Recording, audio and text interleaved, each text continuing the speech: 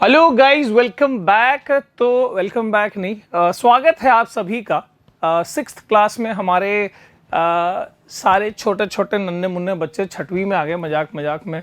तो यहाँ पर अच्छा ये सब चीज़ें हम पढ़ने वाले चैप्टर के अंदर, इसलिए मैं मतलब काफ़ी कुछ मज़ेदार है। मतलब मैंने बहुत आज सुबह पूरा मॉर्निंग वॉक करके ना 1 घंटे के चक्कर में ना बहुत चीज़ें बटोरी है और तुमको मज़ा आएगा इस चैप्टर में। तो यस, एनसीईआरटी के क्यूरियोसिटी चैप्टर, क्यूरियोसिटी जो हमारी किताब है सिक्स क्लास साइंस की, ठीक है, जो कि हमारी न्यू टेक्स्ट बुक बन चुकी है, तो उसके अकॉर्डिंग हम ये चैप्टर को कर रहे होंगे। और किसी को सिर्फ चैप्टर कंसाइज में करना है तो फिर मैं इसको ना टाइमलाइन लगा दूंगा।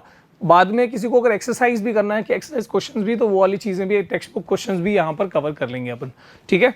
तो तुम लोग बताना कि तुमको ना किस फॉर्मेट में चाहिए आगे के चैप्टर्स, तो उस हिसाब से अपन कर रहे होंगे। मतलब कि तुमको लगता है कि सर सिर्फ 10 मिनट में चैप्टर पढ़ा दो, या फिर सर 30 मिनट्स के अंदर करो, ठीक है, या फिर तुम बोलोगे कि सर नहीं आप टेक्स्ट बुक के क्वेश्चंस भी करा दो, उस हिसाब से करेंगे अपन, ठीक है। लेकिन कमेंट करके बताना ज़रूर, ठीक है। तो आ जाओ, शुरू करते हैं यहाँ पर। So we'll start with this, और बिना कोई इधर उधर की बात किए will start with the chapter. और यहाँ पर सर जी इसके अंदर, चैप्टर के अंदर हम बेसिकली क्या पढ़ने वाले हैं, इस सेकेंड चैप्टर में हम क्यूरियोसिटी के क्या पढ़ने वाले, बायोडाइवर्सिटी के बारे में पढ़ने वाले। तो मैं ना थोड़ा सा ये पत्तों पुत्तों को हटा दूं क्या, ठीक है, इसको अपन लाएंगे जब इसकी जरूरत पड़ रही होगी। तो बायोडाइवर्सिटी के बारे में हम यहाँ पर पढ़ने वाले हैं बच्चों। और बायोडाइवर्सिटी क्या होता है, ये बायो का मतलब याद रखना, ये ना जब भी ये सब टर्म्स पढ़ रहे होंगे ना तो याद रखना कि ये सब संधि विच्छेद, मतलब वर्ड्स को ब्रेक करके जो है करना होता है। तो यहां पर बायो का मतलब कुछ होगा सर, और डाइवर्सिटी का मतलब कुछ होगा, ठीक है। सो बायो एंड डाइवर्सिटी। तो बायो का मतलब याद रखना लाइफ या फिर लिविंग ऑर्गेनिजम्स, ठीक है। तो जितने भी लिविंग ऑर्गेनिज्म में मेजरली क्या है, प्लांट्स है, एनिमल्स है, माइक्रो ऑर्गेनिजम्स तुम अलग से अगर बोलना चाहते हो तो बोल दो। तो ये सारी चीज़ें होती है भैया। चैप्टर के अंदर हम प्लांट्स और एनिमल्स के बारे में काफ़ी कुछ समझने वाले हैं, ठीक है। तो बायोडाइवर्सिटी का मतलब ये टर्म होता है, डाइवर्सिटी मतलब क्या होता है, वेराइटीज, ठीक है। तो यानी कि लिविंग ऑर्गेनिजम्स की भिन्न भिन्न प्रकार होते हैं, अलग अलग वैरायटी होते हैं। छोटे से छोटा अमीबा होता है, छोटे पौधे होते हैं, बड़े पौधे होते हैं, बड़े बड़े ट्रीज होते हैं, सबके पत्ते वत्ते में बहुत सारे लाए, वो दिखाऊंगा मैं, ठीक है। और एनिमल्स में भाई है कितने सारे वेराइटीज है, ठीक है। ब्लू व्हेल, एलिफेंट, एक छोटा सा चूहा, और पता नहीं क्या क्या चीज़ें होती है, ठीक है ना। तो बहुत सारी चीज़ें हैं। तो ये बायोडाइवर्सिटी के बारे में चैप्टर में पढ़ेंगे हम। पहले पार्ट में ना इसमें प्लांट्स के बारे में काफ़ी कुछ समझने वाले हैं, और सेकेंड पार्ट में मतलब इसी वीडियो में हम जो है आगे वाले हिस्से में हम एनिमल के बारे में पढ़ने वाले हैं। बहुत ध्यान से देखना, ठीक है। काफ़ी देयर इज़ अ पॉसिबिलिटी कि टीचर्स जो बच्चों को पढ़ाते हैं वो लोग भी देख रहे होंगे, तो आप लोग थोड़ा अपने कंटेक्स्ट में इस हिसाब को, मतलब उस हिसाब से करा गया इसको कवर, ठीक है। तो आ जाइए यहाँ पर शुरू करते हैं। Diversity in living organism, diversity in living world, तो ये हमारे चैप्टर का नाम है, बराबर ना। तो डाइवर्सिटी इन लिविंग वर्ल्ड का मतलब वही बायोडाइवर्सिटी ही है बेसिकली। तो उसके बारे में हम यहाँ पर समझने वाले हैं। सबसे पहले चैप्टर के अंदर क्या किया गया ना, एक बहुत ही ज़बरदस्त सेइंग जो है संस्कृत में लिखी है। अब इसका जो उच्चार है, हम उच्चारण इतना बढ़िया नहीं कर पाएंगे, तो इसलिए हम जो है यहाँ पर इस चीज़ को समझ लेते हैं कि इसका मतलब क्या दिया है। तो इसमें दिया हुआ tree stand in sun and give shade to others, ठीक है। पेड़ जो है धूप में खड़े होते हैं, धूप में ऑब्वियसली धूप में रहते हैं, धूप उनको चाहिए होता है, और दूसरे को छांव दे रहे होते हैं, है ना। हमको पेड़ से काफ़ी छाया मिल रही होती है, ठीक है। Their fruits are also for others, उससे जो फल आते हैं पेड़ों से वो भी दूसरों के लिए है, ठीक है। Likewise good people bear all hardships and bring welfare to other, they give to others whatever they have earned. तो यहाँ पर यह बताया गया है कि देखो साइंस जो है ना, ऑफकोर्स साइंस जो है अपन इसमें बहुत सारी साइंटिफिक चीज़ें पढ़ते हैं, पर अब जो है एक चीज़ और अपने अंदर इंकलकेट करो कि ये साइंस को सिर्फ पढ़ना और सिर्फ लॉजिकल नहीं है, ये इससे अपने अंदर सीख क्या मिलती है वो समझो। तो पेड़ों से क्या सीखने को मिलता है कि भैया वो आपको छाया भी देती है, वो फल भी देता है, और आखिर आखिर तक वो सूख जाता है तो उससे मतलब जलाने की लकड़ी भी दे देता है वो, ठीक है। हालांकि उससे पोल्यूशन ये वो बहुत सारी चीज़ें, बट आप समझ रहे हो कि ये क्या लेवल का इसमें वो गिविंगनेस है, आर्ट ऑफ गिविंग है। तो उससे हमको ये सीखना चाहिए कि हम भी जो भी कुछ कर रहे हैं या जो भी कुछ हम ऐसा जो भी हम लाइफ में बने या करें, उसमें ये बात ध्यान रखें कि भाई उसमें मैनकाइंड का वेलफेयर, ठीक है, इंसानियत का, या सिर्फ इंसानियत का क्यों, जो भी हमारे आसपास में जीव जंतु हैं उन सबका भला हो, ये भी हमारा कर्तव्य है, हमारा जो है रिस्पॉन्सिबिलिटी है इस बात को ध्यान रखना, ठीक है। तो ऐसा नहीं कि आपने मतलब साइंस पढ़ लिया और आपने कोई भी ऐसा इन्वेंशन, ऐसा डिस्कवरी, मान लो आगे जाके साइंटिस्ट बने, कुछ ऐसी चीज़ कर दी जिससे इंसानियत का भला नहीं हो रहा बल्कि उल्टा हो रहा है, तो ये चीज़ जो है मतलब कोई फ़ायदा नहीं हो, सारे पढ़ाई लिखाई जो है वो गई भाड़ में, ठीक है।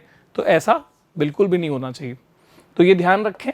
और यहाँ पर देखो हम ना इस वाले स्लाइड से नेक्स्ट पेज में ना मैं पूरा जो साइंटिफिक जो लॉजिकल चीज़ें हैं वो सारी चीज़ें आ जाएंगी, पर चैप्टर समझाने के लिए तुमको थोड़ा सा एक स्टोरी के फॉर्म में इसको बताया गया चैप्टर को, और उसी स्टोरी को मतलब अब क्या है वो थोड़ा सा मैं आपको समझा दूँ। तो इसमें क्या आप देख सकते हो कि भाई कुछ स्कूल के एक स्कूल के बच्चे हैं जो आए हैं, छोटे छोटे आप ही के जैसे बच्चे हैं, और हो सकता है कि 6वीं क्लास के ही बच्चे हैं, और उनके साथ में एक साइंटिस्ट और एक लोकल पर्सन जो जंगल की जानकारी रखते हैं वो आए हुए हैं, उनका नाम भी यहाँ पर दिया हुआ है, और उनकी टीचर आई हुई है। तो बेसिकली उनका एक फील्ड विजिट की तरीके से, ठीक है, स्कूल से सारे बच्चे आए हैं और जंगल में जो भी प्लांट्स हैं, एनिमल्स हैं, उनके बारे में सीखना समझने के लिए लोग आए हैं। तो यहाँ पर देख लो क्या दिया, it is a pleasant morning after yesterday's refreshing rain. तो यानी क्या बताया कि भाई ये जो स्टोरी बताई है इसमें पिछले दिन बारिश हुई थी, आज बहुत अच्छा मौसम है, सुबह का समय है, ठीक है। डॉक्टर रघु, तो जो मैं साइंटिस्ट की बात कर रहा था वो डॉक्टर रघु है, एंड मनीराम चाचा, यानी वो होते ना कि जो थोड़े कम पढ़े लिखे होते लेकिन उनकी जानकारी कम नहीं होती, वो जो नेचर की एक्सपीरियंस से काफ़ी एक्सपीरियंस लिया हुआ है। तो मनीराम चाचा have been invited to school by the school teacher madam Sulekha. तो इनकी स्कूल टीचर है मैडम सुलेखा, उन्होंने इनवाइट करा है डॉक्टर रघु और मनीराम चाचा को, ठीक है, for the exciting nature's walk. तो छोटा सा एक मतलब एकदम वैसा जंगल नहीं, पर थोड़ा सा नेचर्स प्लेस की तरफ ले, मतलब समझ लो आप थोड़ा सा छोटा टाइप का जंगल होगा। ऑफ कोर्स घने जंगल में जहाँ शेर आएंगे वहाँ बच्चों को नहीं ले जाएंगे, ठीक है ना।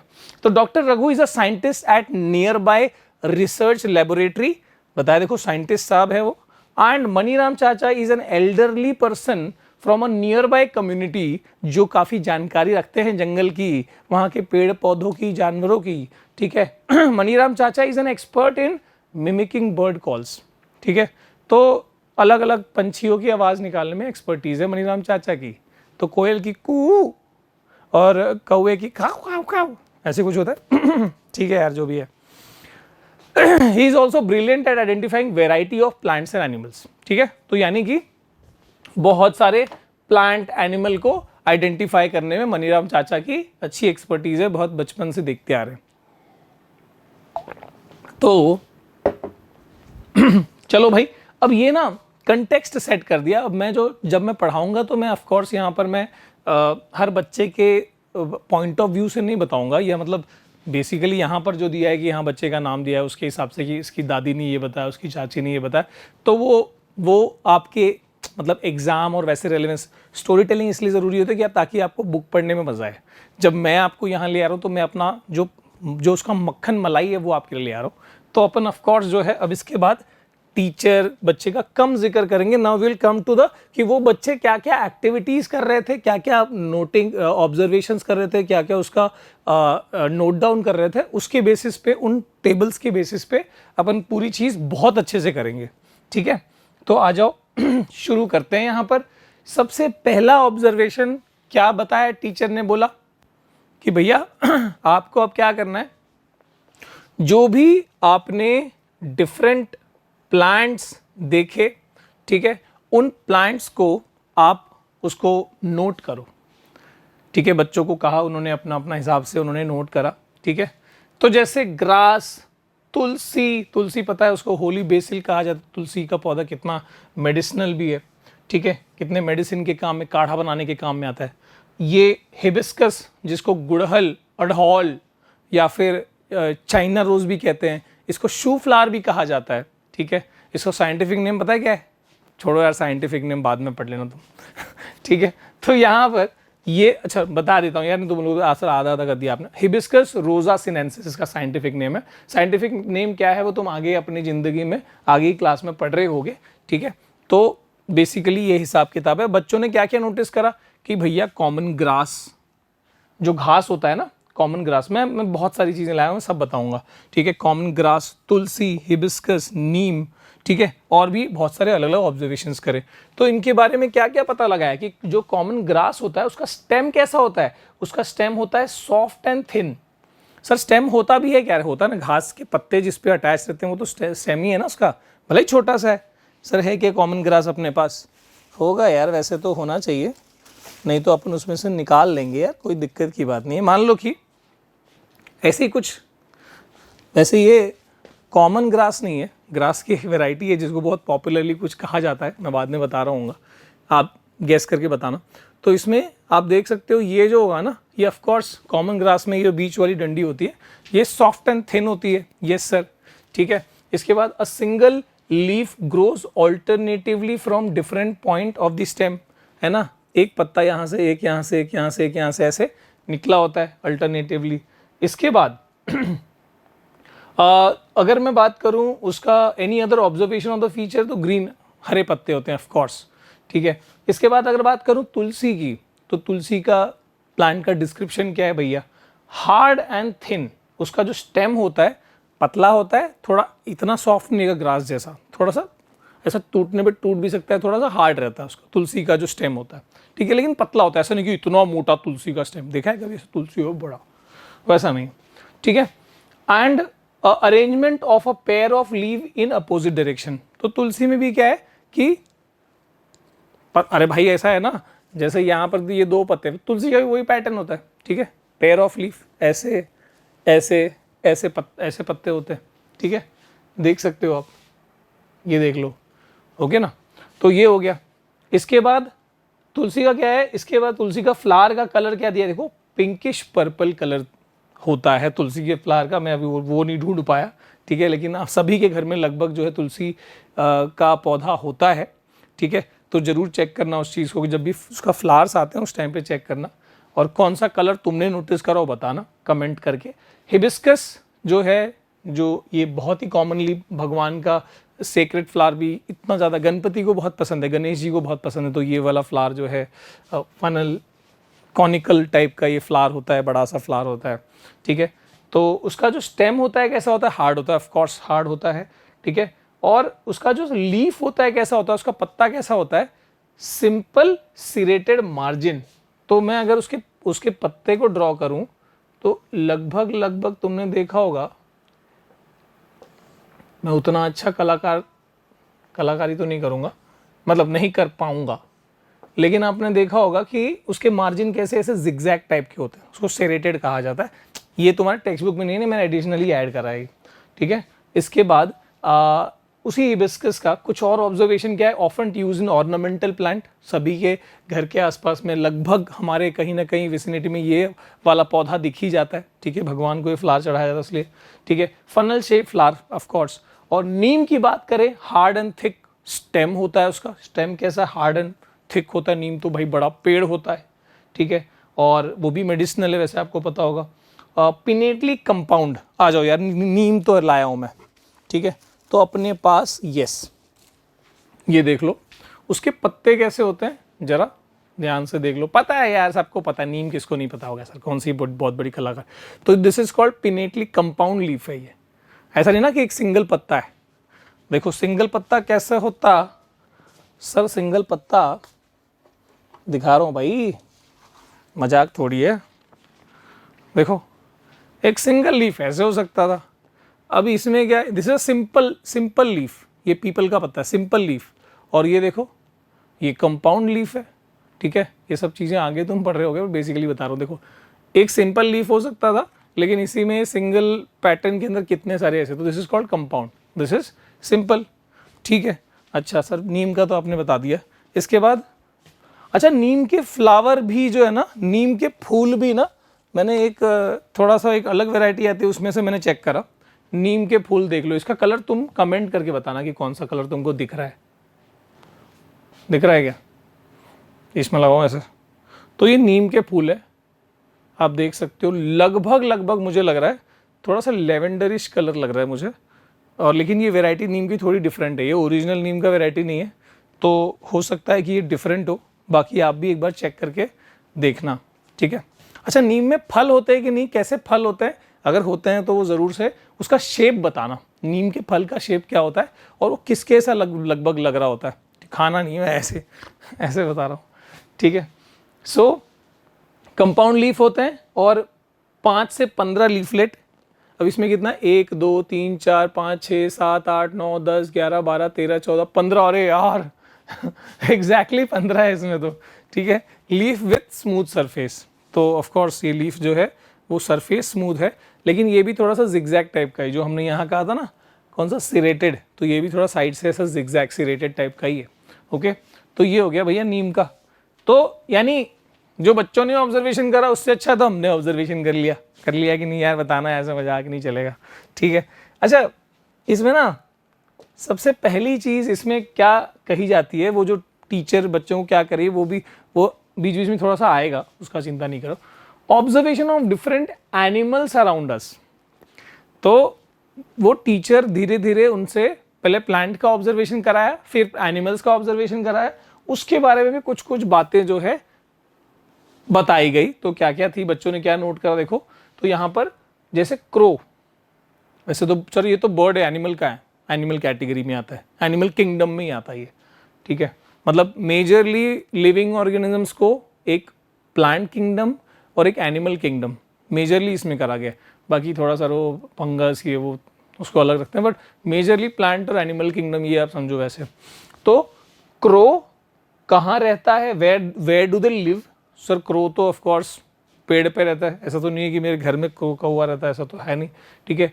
फूड दे ईट, क्या खाते हैं, इंसेक्ट खाते हैं भैया, क्रो तो बहुत कुछ खाते हैं, वो आटा भी खा लेते हैं और इंसेक्ट तो खाते ही हैं, और भी वो कुछ सड़ी गली चीज़ें भी खा लेते हैं, ठीक है ना, पता है ना उसको क्या बोलते हैं, ऐसे ऐसे एनिमल्स या ऐसे जो भी क्रिएचर्स होते हैं जो डेड डिकेइंग चीज़ों को खा लेते हैं, उनको क्या कहा जाता है, ठीक है। जो सड़े हुए चीज़ों को खा लेते हैं उनको क्या कहा जाता है, कमेंट में बताना, जो भी लोग जानते हैं टर्म को, ठीक है। और जिनको नहीं पता है वो कमेंट में आंसर मिल जाएगा उनको। द वे दे मूव, तो कौवे कैसे मूव करते हैं भैया, उड़ते हैं, चलते हैं, है ना, उनके पास फ्लाई करने के लिए विंग्स भी होते हैं, पैर भी होते हैं जिससे वो जंप करके चलते हैं, मतलब ऐसा नहीं कि सर ऐसे ऐसे चल के जाते हुए कौवे, ऐसा नहीं होता, बट ऑफकोर्स वो ऐसा नहीं खाली पूरा दिन उड़ते रहेंगे तो थक जाएंगे यार, अरे मैं तो थक गए ऐसा बोलेंगे ना फिर वो, ठीक है। Any other observation are the features कौवे क्या भाई, carrying a twig in its beak, तो यस कुछ ना कुछ बीक के अंदर पकड़ के घूमते रहेंगे भाई, वो भी हो सकता है। इसके बाद और बच्चों ने मतलब ऑब्वियसली वो ऑब्जर्व करा। इसके बाद एंट, तो एंट जो है, चींटी जो है कहाँ है भाई, नेस्ट इन द सॉइल, वो मिट्टी पे अपना घर बनाती है, ऐसा पूरा किला टाइप लगता है, देखा ना एंट का, अगर तुमने देखा वो जो उनका एंट हिल जो होता है, तो ये एंड सॉइल एंड बरो, तो उसके अंदर ही होल बना के उसके अंदर रहती है वो, ठीक है।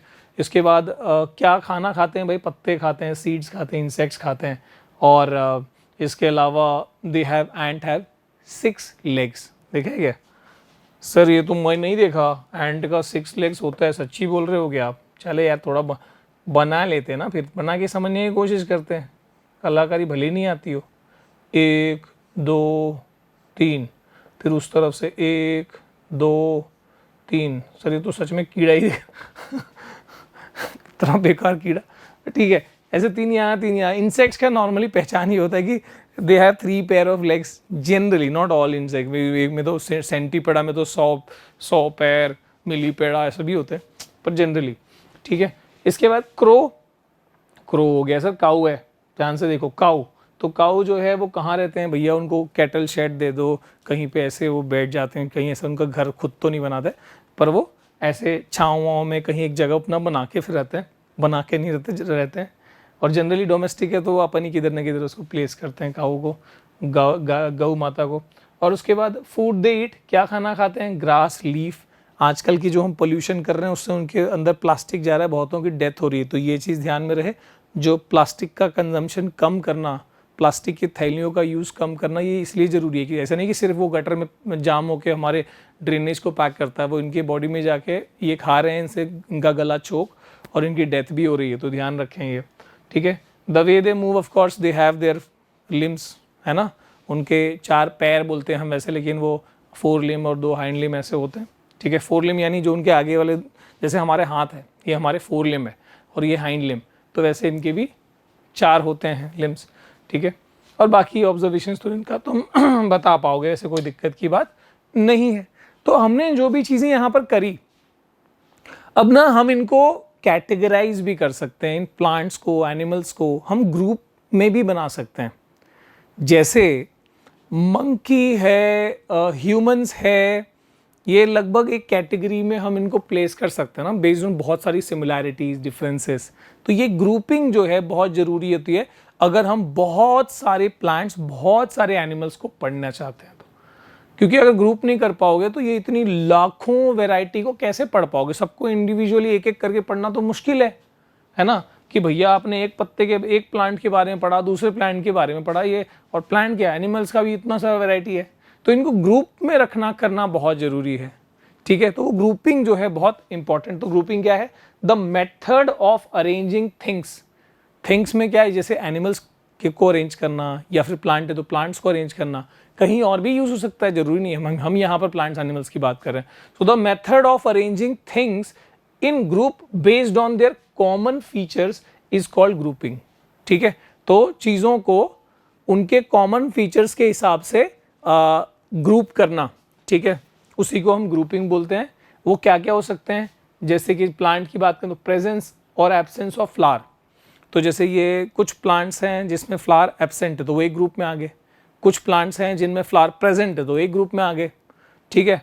इसके बाद उनका स्टेम हार्ड है कि सॉफ्ट है, उसके बेसिस पे ग्रुप कर दिया, सॉफ्ट वालों को एक ग्रुप में, हार्ड वालों को। तो ऐसे करके ग्रुप करके अरेंज करके हम जो ग्रुपिंग करके बेसिकली हम अपनी स्टडी को आसान बना सकते हैं।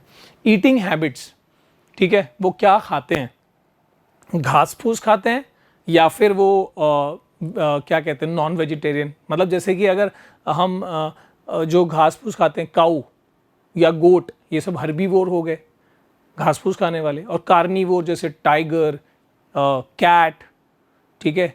इसके अलावा और क्या है भाई कार्निवोर में, भालू भी है क्या, जो भी कार्निवोर है, ओके। सो ईटिंग हैबिट्स के हिसाब से, प्लेस दे लिव, कहाँ रहते हैं उसके बेसिस पे, पानी में रहते हैं क्या, लैंड पे रहते हैं क्या, हवा में उड़ते हैं क्या, तो उस हिसाब से वो पढ़ेंगे अपन चैप्टर में, मतलब पढ़ते ही जाएंगे बेसिकली। तो टीचर ने क्या कहा, जो हमारी टीचर है हमारे कहानी की, उन्होंने बच्चों को बोला कि भाई तुम आओ और बोर्ड पे, जंगल में बोर्ड भी लेके आ गए, भाई बताओ कमाल है, सोचा नहीं किसी ने। तो बोर्ड पे तुमने क्या क्या चीज़ें जंगल में ऑब्जर्व करी उसको ड्रॉ करो। कितनी अच्छी एक्टिविटी कर रहे हैं यार, काश कि हमारे स्कूल में डेली हो रहा होता ये। बताओ भाई किसके किसके स्कूल में ऐसी एक्टिविटी लगभग हर हफ्ते एक आध बार हो जाती है। तो ड्रॉ करो। तो ये किसी ने मशरूम ड्रॉ किया, किसी ने अशोक का पेड़ ड्रॉ किया, किसी ने कोई दूसरा पेड़, किसी ने मोर ड्रॉ कर दिया, ऐसे कर करके सब ने जिसको जो चीज़ थोड़ी यूनिक लगी उन्होंने अपना अपना ये ड्रॉ कर दिया। तो ये बेसिकली क्या है, कोई पेड़ बना रहा है, कोई एनिमल बना रहा है, कोई कुछ बना रहा है, ऐसे करके ये सब लिविंग क्रिएचर्स ही तो बना रहे हैं, कि कुछ ना कुछ लिविंग ऑर्गेनिज्म कोई क्रिएट कर रहे हैं, ड्रॉ कर रही है। तो ये बेसिकली क्या दर्शा रहा है, बायोडाइवर्सिटी, मतलब all the variety of plants and animals they are drawing. तो ये क्या दिख रहा है, पूरा एक सिस्टम, एक बायोडाइवर्सिटी दिख रहा है। तो variety of plants and animals found in particular region contributes to the biodiversity of that region. किसी भी पर्टिकुलर रीजन में जो भी वेराइटी ऑफ प्लांट्स और एनिमल्स जो है वहाँ दिखते हैं, ठीक है, उन्हीं सबको मिला के बायोडाइवर्सिटी, उस रीजन का बायोडाइवर्सिटी कहा जाता है। ठीक है सर। तो अब इसी के बेसिस पे वो सारी एक्टिविटीज़ करते जा रहे हैं। अब थोड़ा सा ना अब इंटरेस्टिंग चीज़ें यहाँ से शुरू हो जाएंगी, ठीक है। तो अब ध्यान देना यहाँ पर प्लांट की टाइप। अब प्लांट को पहले बताऊंगा फिर एनिमल। तो पूरा प्लांट का पहले हम सेट जो भी है वो कंप्लीट कर लेंगे, देन एनिमल। चैप्टर वैसे ही खत्म हो रहा होगा, टेंशन की बात नहीं है।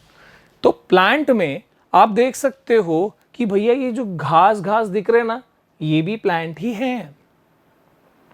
इस गार्डन में। और सर ये जो छोटे छोटे जो ये दिख रहे हैं ना, मतलब इतने इतने हाइट के, इतने इतने हाइट के जो दिख रहे हैं, ये भी प्लांट है। और इसी प्लांट कैटेगरी में बड़े वाले पेड़ भी है, ठीक है, मतलब बहुत चिंटू चिंटू, फिर ये मिड साइज और ये बड़े वाले, चिंटू चिंटू, मिड साइज और ये बड़े वाले।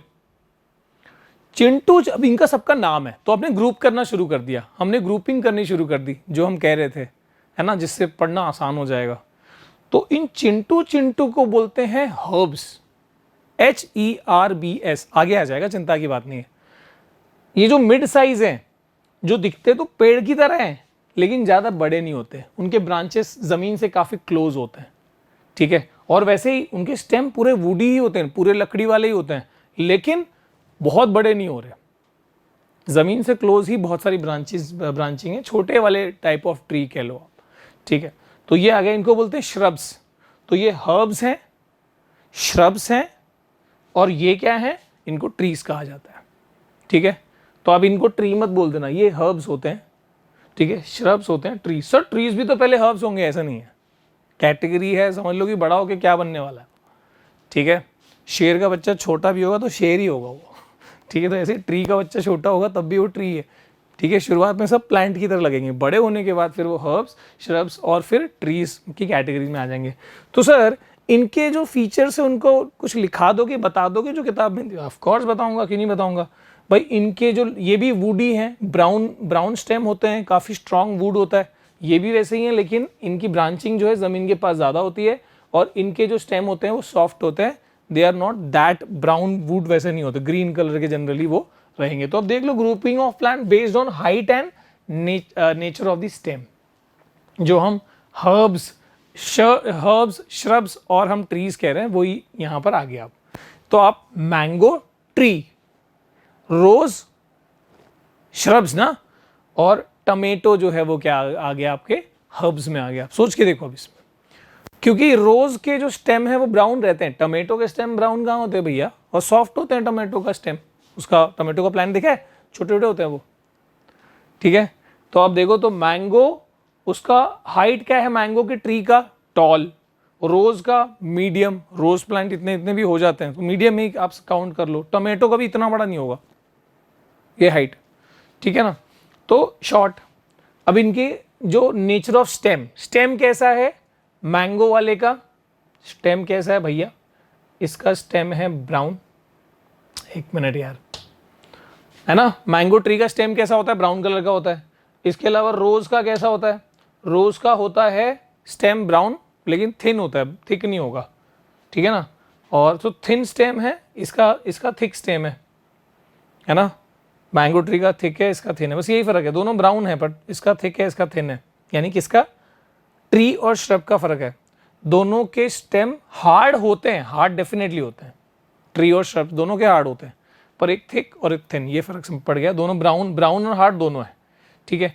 इसके अलावा जो हर्ब है, तो देखो अब यहाँ पर कैटेगरी आप समझ लो, ट्री का एग्जाम्पल सीधे क्या दिया है आप समझ रहे हो, मैंगो जो है ट्री के एग्जाम्पल में आ गया, श्रब के एग्जाम्पल में आपको रोज प्लांट दिया है, और जो हर्ब के एग्जाम्पल में आपको टमेटो प्लांट दिया है, ठीक है, ये हो गया।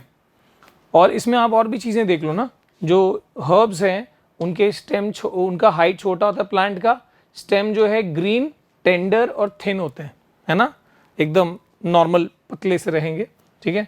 और इसके बाद इनके जो ब्रांचिंग है, ब्रांचेस है, वो देखो क्लोज टू द ग्राउंड, इसमें तो नहीं होता ना ऐसे close to the ground, trees में तो भाई बड़े बड़े स्टेम, उसके ब्रांचेस बहुत ऊपर होंगे, ऐसा नहीं कि आप लपक के पकड़ लोगे, ऐसे कुछ एग्जाम्पल हो सकते हैं, लेकिन जनरली वो पेड़ बड़ा होगा, ऐसे नहीं कि सारे स्टेम नीचे की तरफ है, ठीक है।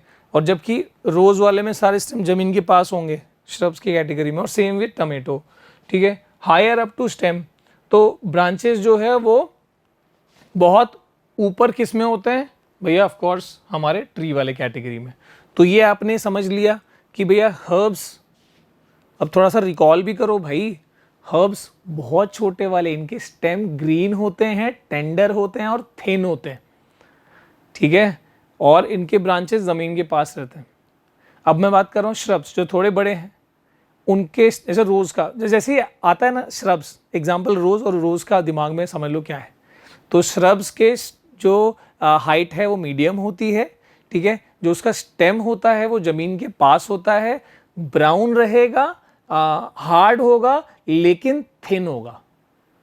और जो हमारा ट्री है उसकी ब्रांचिंग जमीन से दूर होती है, ठीक है। उसका स्टेम बहुत वुडी होता है, थिक होता है, ब्राउन होता है, हार्ड होता है ऑफ कोर्स, ठीक है। और ब्रांचिंग उसकी जमीन से दूर होती है, वो तो अपन ने कह ही दिया। तो आपका पेड़ों की ग्रुपिंग बहुत अच्छी हो गई, हाइट के बेसिस पे, स्टेम के टाइप के बेसिस पे, ट्री, श्रब और हर्ब। तो आप इसको कैसे याद रखो, TSH ऐसे याद रख लो, या HST याद रख लो, हर्ब्स, श्रब्स, ठीक है। अच्छा, इसको ऐसे याद रख लो, ही, शी, दे। तो पहले ही था, फिर शी आई और फिर वो दे बन गए। सर ये क्या बता रहे? अरे किसी को अगर याद रखने में दिक्कत होती ना, मतलब ऐसे भी होता है, तो आपको अगर ही, शी, दे पता है तो HST पता है तो हर्ब, श्रब्स, ट्री बोलना आसान हो जाएगा, ठीक है। वो मतलब ट्री तो याद हो जाता है, कई बार हर्ब्स और श्रब्स याद ना हो, तो ये एक पैटर्न से ऐसे याद हो सकता है। कमाल है सर आप तो, ठीक है।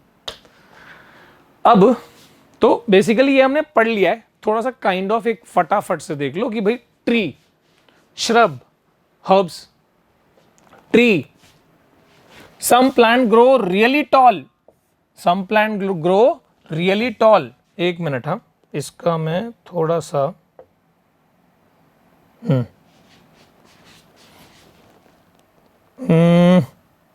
वो रेक्टेंगल का, ठीक है।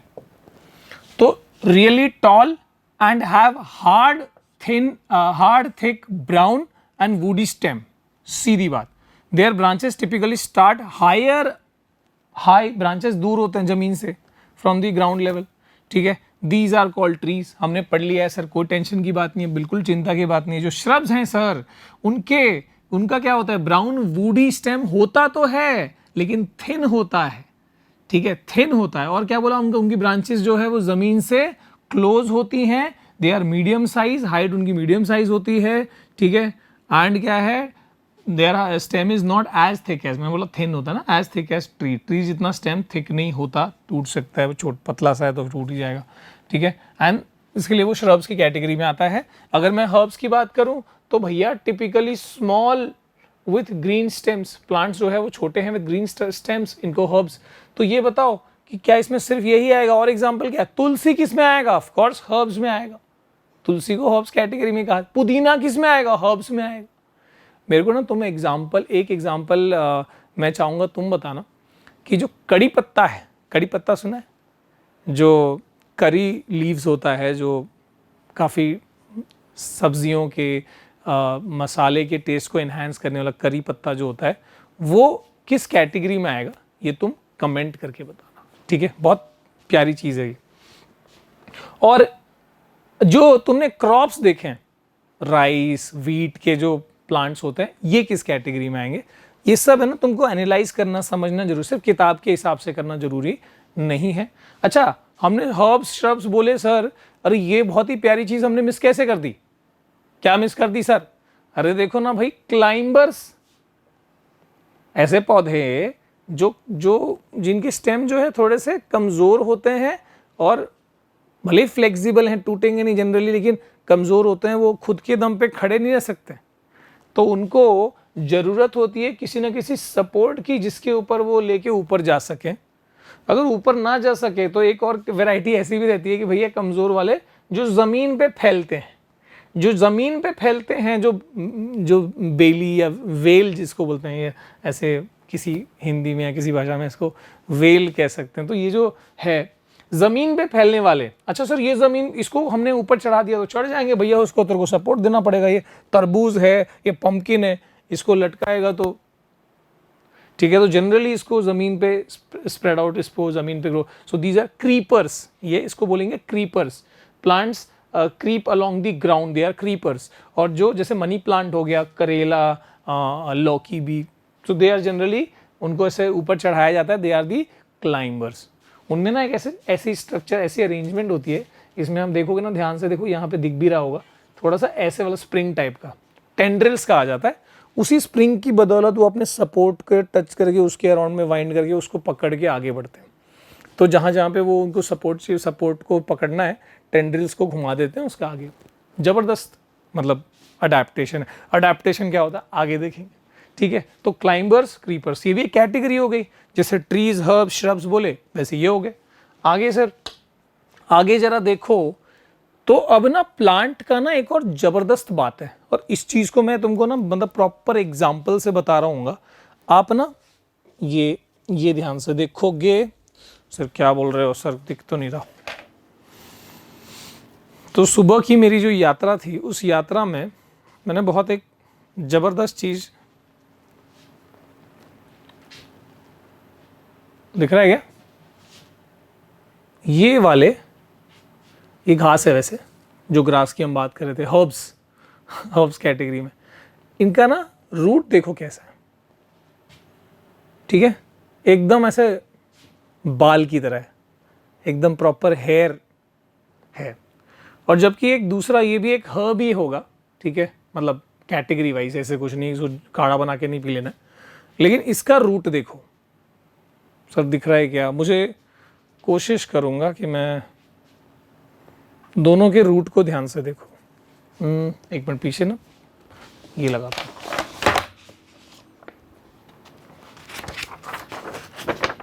क्या अब ये विजिबल है?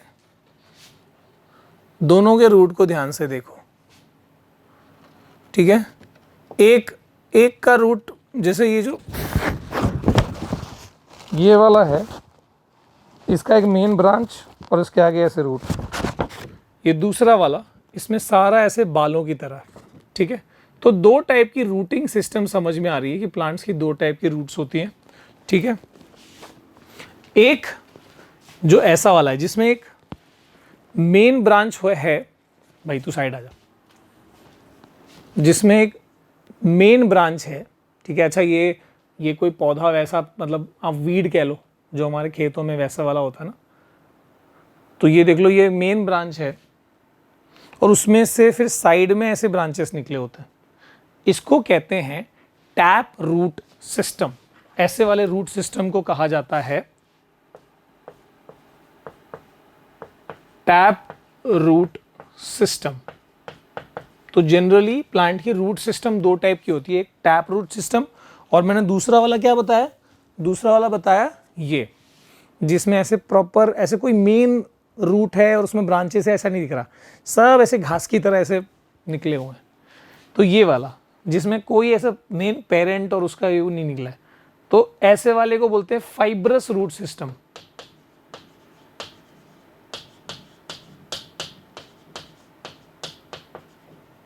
ठीक है।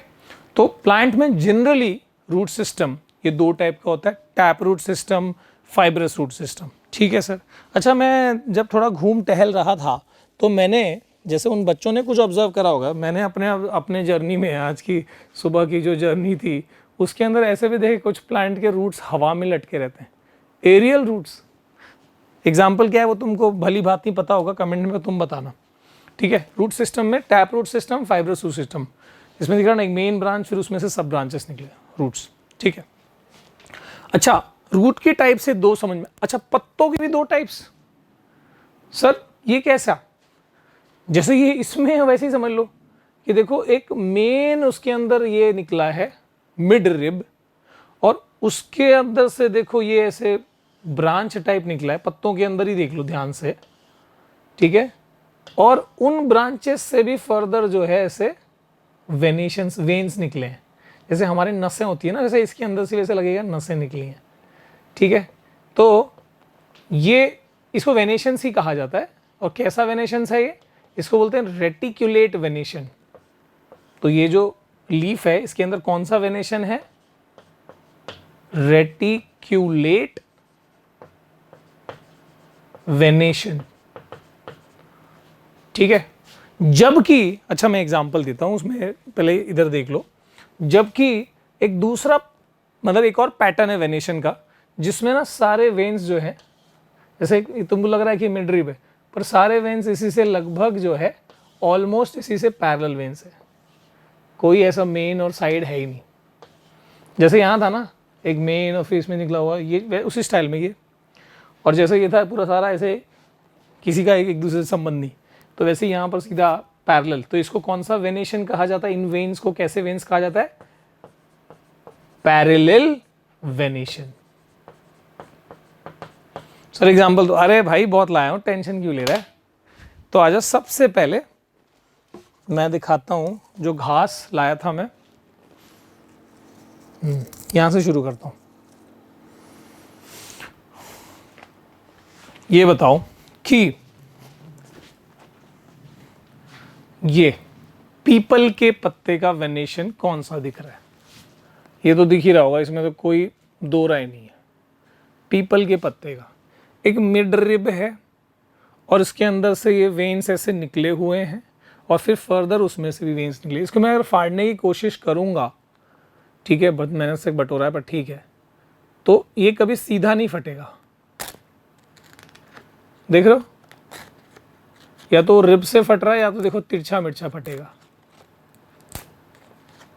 ठीक है, सो आई एम नॉट गेटिंग, या तो रिब से फटेगा, अगर मैं बीच में से फाड़ने की कोशिश करूंगा तो तिरछा मिर्चा फटेगा, क्योंकि इसका वेनेशन जो है वो रेटिकुलेट वेनेशन है। ठीक है, अच्छा सर, और जबकि मैं अगर ग्रास की बात करूं, दिस इज दी ग्रास, तो ग्रास का पत्ता जो है सर कैसा लंबा पत्ता है, इसको अगर मैं देखूं तो ये सीधा ऐसे फटेगा। देखो यहां तक सीधा आ रहा है, पैरेलल वेनेशन है इसमें, आप देख पा रहे हो, दिस इज पैरेलल वेनेशन। ठीक है, सीधा वेन सीधा है इसलिए सीधा फट रहा है। ठीक है, अच्छा सर, तो यानी कि रेटिकुलेट वेनेशन, पैरेलल वेनेशन। और कोई एग्जांपल बता सकते? अरे बहुत एग्जांपल है, मैं पूरा ये लाया था यार, पूरा भंडार लाया था, आप देख सकते हो। दिस इज ऑब्वियसली ये वही है पीपल का पत्ता, इसमें भी देख लो रेटिकुलेट वेनेशन।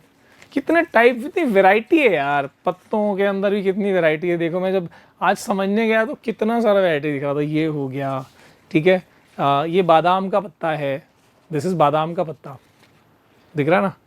और जामुन का भी था इसमें, ये जामुन का पत्ता है। ऐसे ही लगभग आम जैसे दिखता है, बहुत लोगों को जामुन और आम के पत्ते में फ़र्क ही नहीं समझ में आता। ठीक है, ये है, यहाँ पर देख लो ये कौन से पत्ते हैं, ये कुछ आपको समझ में आ रहा होगा। ये एक है, ये धतूरे का पत्ता है, इसका लेवेंडर कलर का फ्लावर होता है। और ये जो वट वृक्ष जो होता है उसका पत्ता है ये। सो ऑल दिस इज, आप देख सकते हो इसमें लगभग जितने भी ये सब इसमें रेटिकुलेट, पर देखो सबके शेप्स पत्ते कितने अलग अलग है। These are reticulate venations. ठीक है, अच्छा, पैरेलल के और भी एग्जांपल है मेरे पास। जैसे आप देख सकते हो, मैंने ये घास तो बताया ही, घास के अलावा बाम्बू के पत्ते भी, bamboo is also grass type only, तो इसके भी पैरेलल वेनेशंस होते हैं। This is also parallel venation.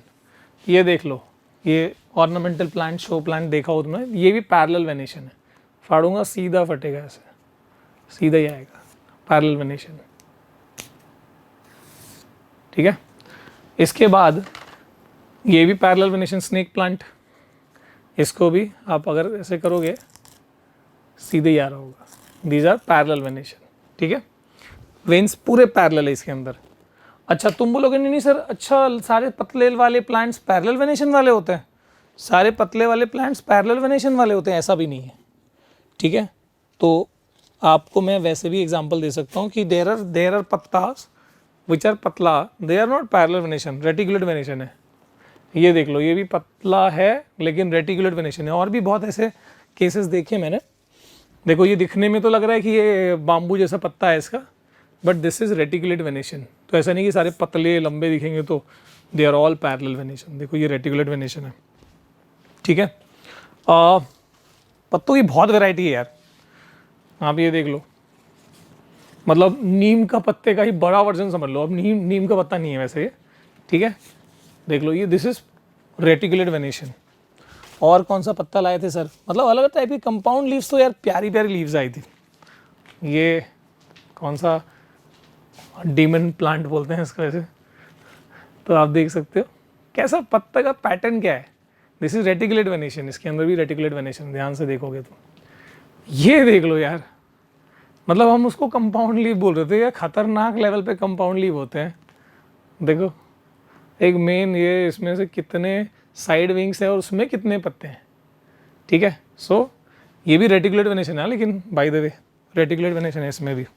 So these are all, हमने वेनेशंस देख लिए, हमने उनके रूट्स देख लिए भाई कैसे होते हैं, है ना।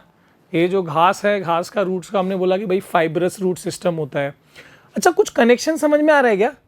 जो फाइब्रस रूट सिस्टम होता है ना, जनरली क्या फाइब्रस रूट सिस्टम होता है ना, उसी में हम देख रहे हैं कि पैरेलल वेनेशन है। Fibrous root system, parallel venation, ये इसको इसके साथ कनेक्ट कर लो। जिस भी प्लांट में फाइब्रस रूट सिस्टम होगा उसमें पैरेलल वेनेशन। तो तुमको बार बार प्लांट को उखाड़ के देखने की जरूरत नहीं है, वेनेशन पैरेलल है उसमें फाइब्रस रूट सिस्टम होगा। वेनेशन रेटिकुलेट, देखो जैसे जैसा पत्ता वैसा जड़, मेन साइड मेन साइड। तो टैप रूट सिस्टम वाला प्लांट हमेशा रेटिकुलेट वेनेशन होता है। टी आर से जुड़ा है और एफ पी से जुड़ा है। ठीक है सर, बढ़िया सर। अच्छा, तुम बोलोगे सर नहीं, मतलब इसका मतलब कि जो केले के पत्ते हैं, बड़े पत्ते होते हैं, क्या उसमें पैरेलल नहीं हो सकता? उसका ये एग्जांपल है। वैसे ये केले का पत्ता नहीं है, पर वैसे ही तुमने देखा होगा, ऐसे फूल टाइप भी आता है। तो दिस इज अ बिग पत्ता। तुमको लग रहा था कि सारे बड़े पत्ते रेटिकुलेट वेनेशन में होते हैं, नहीं, बड़े पत्ते पैरेलल वेनेशन वाले भी होते हैं। हालांकि मिड रिब से निकला, लेकिन इसके अंदर आपस में फैलाव ऐसे ब्रांचेस के अंदर सब ब्रांचेस नहीं, जैसे इसमें देखा तुमने ये सब था ना, इसमें ऐसा नहीं है, ये सब पैरेलल है। इसके अंदर जितने भी है सब आपस में, कितना ही फाड़ोगे, इसके अंदर आपस में ऐसा छितराव नहीं है, जैसे ये छितराव है तितर बितर तितर बितर, ऐसा और नहीं है। ये जो पत्ता है इसमें ये पूरा ये स्टाइल है, इट्स कंप्लीटली दिस स्टाइल। एक मिडरिब है, उससे निकले हैं, पर वो सब पैरेलल है, उसके अंदर से कुछ नहीं निकला। ठीक है, बहुत मतलब जबरदस्त वेराइटीज है यार इनके अंदर। ठीक है, तो काफ़ी कुछ बता दिया, घास फूस सब कुछ, काफ़ी कुछ बताया मैंने। अब देख लेते हैं, इसमें काफ़ी कनेक्शन मिला है। अच्छा, इनका रूट्स का भी ना एक बहुत प्यारा पैटर्न है जो मैं तुमको बताऊंगा, रूट्स का और उनके सीड का। ये ग्राउंडनट है, सिंगदाना या मूंगफली, या फिर बहुत लोग इसको बादाम, चिनिया बादाम बोलते हैं। तो इसमें देखो, इसको तोड़ोगे तो ये दो हिस्सों में बट जाता है। मतलब इसके सीड के दो पार्ट्स होते हैं, इन दो पार्ट्स को दो कॉटिलिडॉन्स कहा जाता है। ठीक है, तो जनरली प्लांट का या तो वो दो पार्ट्स वाला होता है या तो सिंगल होता है। ये जो तुम्हारा वो मकई का दाना है जो भुट्टा खाते हो ना, तो ये सिंगल वाला है, और ये डबल, मतलब इसके दो पार्ट्स है तो ये डबल वाला है। दो कॉटिलिडॉन वाले प्लांट को डाइकॉट कहा जाता है। सो डाइकॉटिलिडोनियस प्लांट या डाइकॉट प्लांट। और जिसके दो हिस्से नहीं होते, सिंगल कॉटिलिडॉन होता है, इसको मोनोकॉट कहा जाता है। इसको क्या बोलते हैं? Monocot plant. तो आप क्या इनसे कोई संबंध है? बिल्कुल है। जो टैपरूट सिस्टम है, जिसके रूट्स टैपरूट वाले होते हैं, ऑफ कोर्स उसके पत्ते के अंदर रेटिकुलेट वेनेशन होता है, and those are the dicot plants. तीनों का सिस्टम समझ लो। टैपरूट सिस्टम वाले प्लांट का लीफ सिस्टम रेटिकुलेट होगा और उनके सीड सिस्टम डाइकॉट होगा। फिक्स। क्या जबरदस्त पैटर्न पढ़ लिया सर हमने। फाइब्रस रूट सिस्टम का जो पत्ते के अंदर वेनेशन होगा पैरेलल होगा, और उसका जो सीड टाइप होगा वो कौन सा रहेगा? मोनोकॉट। तो सर घास का सीड भले ही तुमने ना देखा हो, पर अब तुम बोल सकते हो पैरेलल वेनेशन है ना, उसका रूट सिस्टम फाइब्रस होगा, और उसका जो सीड अगर एग्जिस्ट कर रहा होगा तो कौन सा रहेगा? मोनोकॉट। सर केले का पत्ता, केले का सीड तो देखा नहीं हमने, मोनोकॉट है कि डाइकॉट है? अरे भैया, parallel venation monocot, reticulate venation dicot. आम का पत्ता रेटिकुलेट वेनेशन, तो उसका सीड भले तुमको, तो सर आम का तो सीड सिंगल होता है। अरे उसको छील के देखो, उसके अंदर जो एक्चुअल जो रहेगा ना, दो हिस्से में रहेगा। बादाम का भी तुम जो सीड तोड़ोगे तभी उसके अंदर वो एक्चुअल वाला सीड आएगा जिसके दो हिस्से होते हैं, मतलब ऊपर का कार्प निकालने के बाद। ठीक है, तो आप ये चीज़ अच्छे से समझ लो। यानी अब तुम सीड को ही बता के बोल सकते हो। राइस सर, ये चावल जो है सिंगल सीड होता है, 2 पार्ट होता ही नहीं है, तो मोनोकॉट है वो। गेहूं सर, गेहूं तो 2 पार्ट में दिखता है ना कि ऐसा बीच में एक लाइन है, पर वो 2 पार्ट नहीं होते कभी उसके, वो सिंगल ही होता है, इसलिए वो भी मोनोकॉट है। व्हीट मोनोकॉट है, मेज क्रॉप प्लांट मोनोकॉट है। ठीक है, तो उससे काफी कनेक्शंस हमको समझ में आने लगे sir. You may observe thin lines on the leaf of the plant, these veins are called venations basically. ठीक है, तो जब ऐसे हो कि भाई नेट लाइक पैटर्न्स हो वेनेशंस के अंदर, on the both side of the middle vein की साइड में जब नेट जैसा पैटर्न हो, वेब जैसा पैटर्न हो, उसको हम बोलते हैं रेटिकुलेट वेनेशन। ठीक है, और हिबिस्कस का जो हिबिस्कस, जो गुड़हल का जो फूल, जो उसका पत्ता है, वो रेटिकुलेट वेनेशन दिखाता है सर। और जब वेन सारे पैरेलल हों आपस में तो उसको पैरेलल वेनेशन कहा जाएगा। और जैसे आपका ये दिख रहा है एग्जाम्पल में, we have given enough of example. और आप ये भी देख सकते हो टैप रूट सिस्टम। ठीक है, मेन रूट रहता है उसमें, फिर स्मॉल साइड रूट्स होते हैं, तो ये टैप रूट सिस्टम है। ठीक है, जैसे हिबिस्कस इसके एग्जाम्पल में आ गया। और फाइब्रस रूट सिस्टम में क्या होता है, roots of the plant appear as bunch of similar size thin roots. Bunch of similar size thin roots लग रहे हैं, मतलब कि सारे रूट्स एक ही साइज के और ऐसे ही दिख रहे हैं। सो दिस इज, इसमें कोई मेन और साइड है ही नहीं, तो ये हो गया फाइब्रस, पूरा फाइबर हेयर की तरह। ठीक है, तो ये फाइब्रस रूट सिस्टम हो गया। सीड की बात कर रहे थे हम, तो यहाँ पर चाहे चना हो चाहे ग्राउंडनट हो, ठीक है, इन सब में 2 हिस्से, तोड़ोगे 2 हिस्से रहते हैं। सो डाइकॉट सीड्स हैं। और मेज हो गया, राइस हो गया, व्हीट हो गया, वो सब क्या है, मोनोकॉट है। Sir mango dicot. सर जामुन, सर जामुन का सीड तो एक ही होता है भाई, तोड़ उसको 2, डाइकॉट। पत्ते से ही समझ में आ रहा है यार, रेटिकुलेट वेनेशन मतलब डाइकॉट, पैरेलल वेनेशन मतलब मोनोकॉट। ठीक है, रेटिकुलेट वेनेशन मतलब डाइकॉट, और एक रूट के बारे में क्या बोल सकता है उसके, tap root system. Parallel venation, monocot और फाइब्रस रूट सिस्टम। सर उसको याद रखने की टेक्निक बताओ, बस हो गया ये, याद रखने की टेक्निक बताओ। तो याद रखने की टेक्निक देख लो। इज देयर एनी रिलेशन में, सीधे बता दिया मैंने ऑलरेडी रिलेशन, कि भैया जो टैप रूट है वो डाइकॉट है और उसमें रेटिकुलेट वेनेशन है। तो इसमें याद रखो टी डी आर। TDR से क्या याद रखोगे, दिस डेली रूटीन याद हो जाएगा sir, this daily routine. T से आया टैप रूट, डेली से आया डाइकॉट, रूटीन से आया रेटिकुलेट वेनेशन। ये सब नेमोनिक्स कहते हैं इसको, याद रखने की तरकीब। तो दिस डेली रूटीन क्या करना है सर, इसको, इस डेली रूटीन को करना क्या है, फॉलो पर मंथ, हर महीने फॉलो करना है। फॉलो पर मंथ का F से क्या आया सर, और P से आया क्या आया सर, और M से क्या आया सर, F से आया फाइब्रस, P से आया पैरेलल वेनेशन, और M से आया मोनोकॉट। याद रखना आसान हो गया। This daily routine follow per month, tap root, dicot और रेटिकुलेट वेनेशन।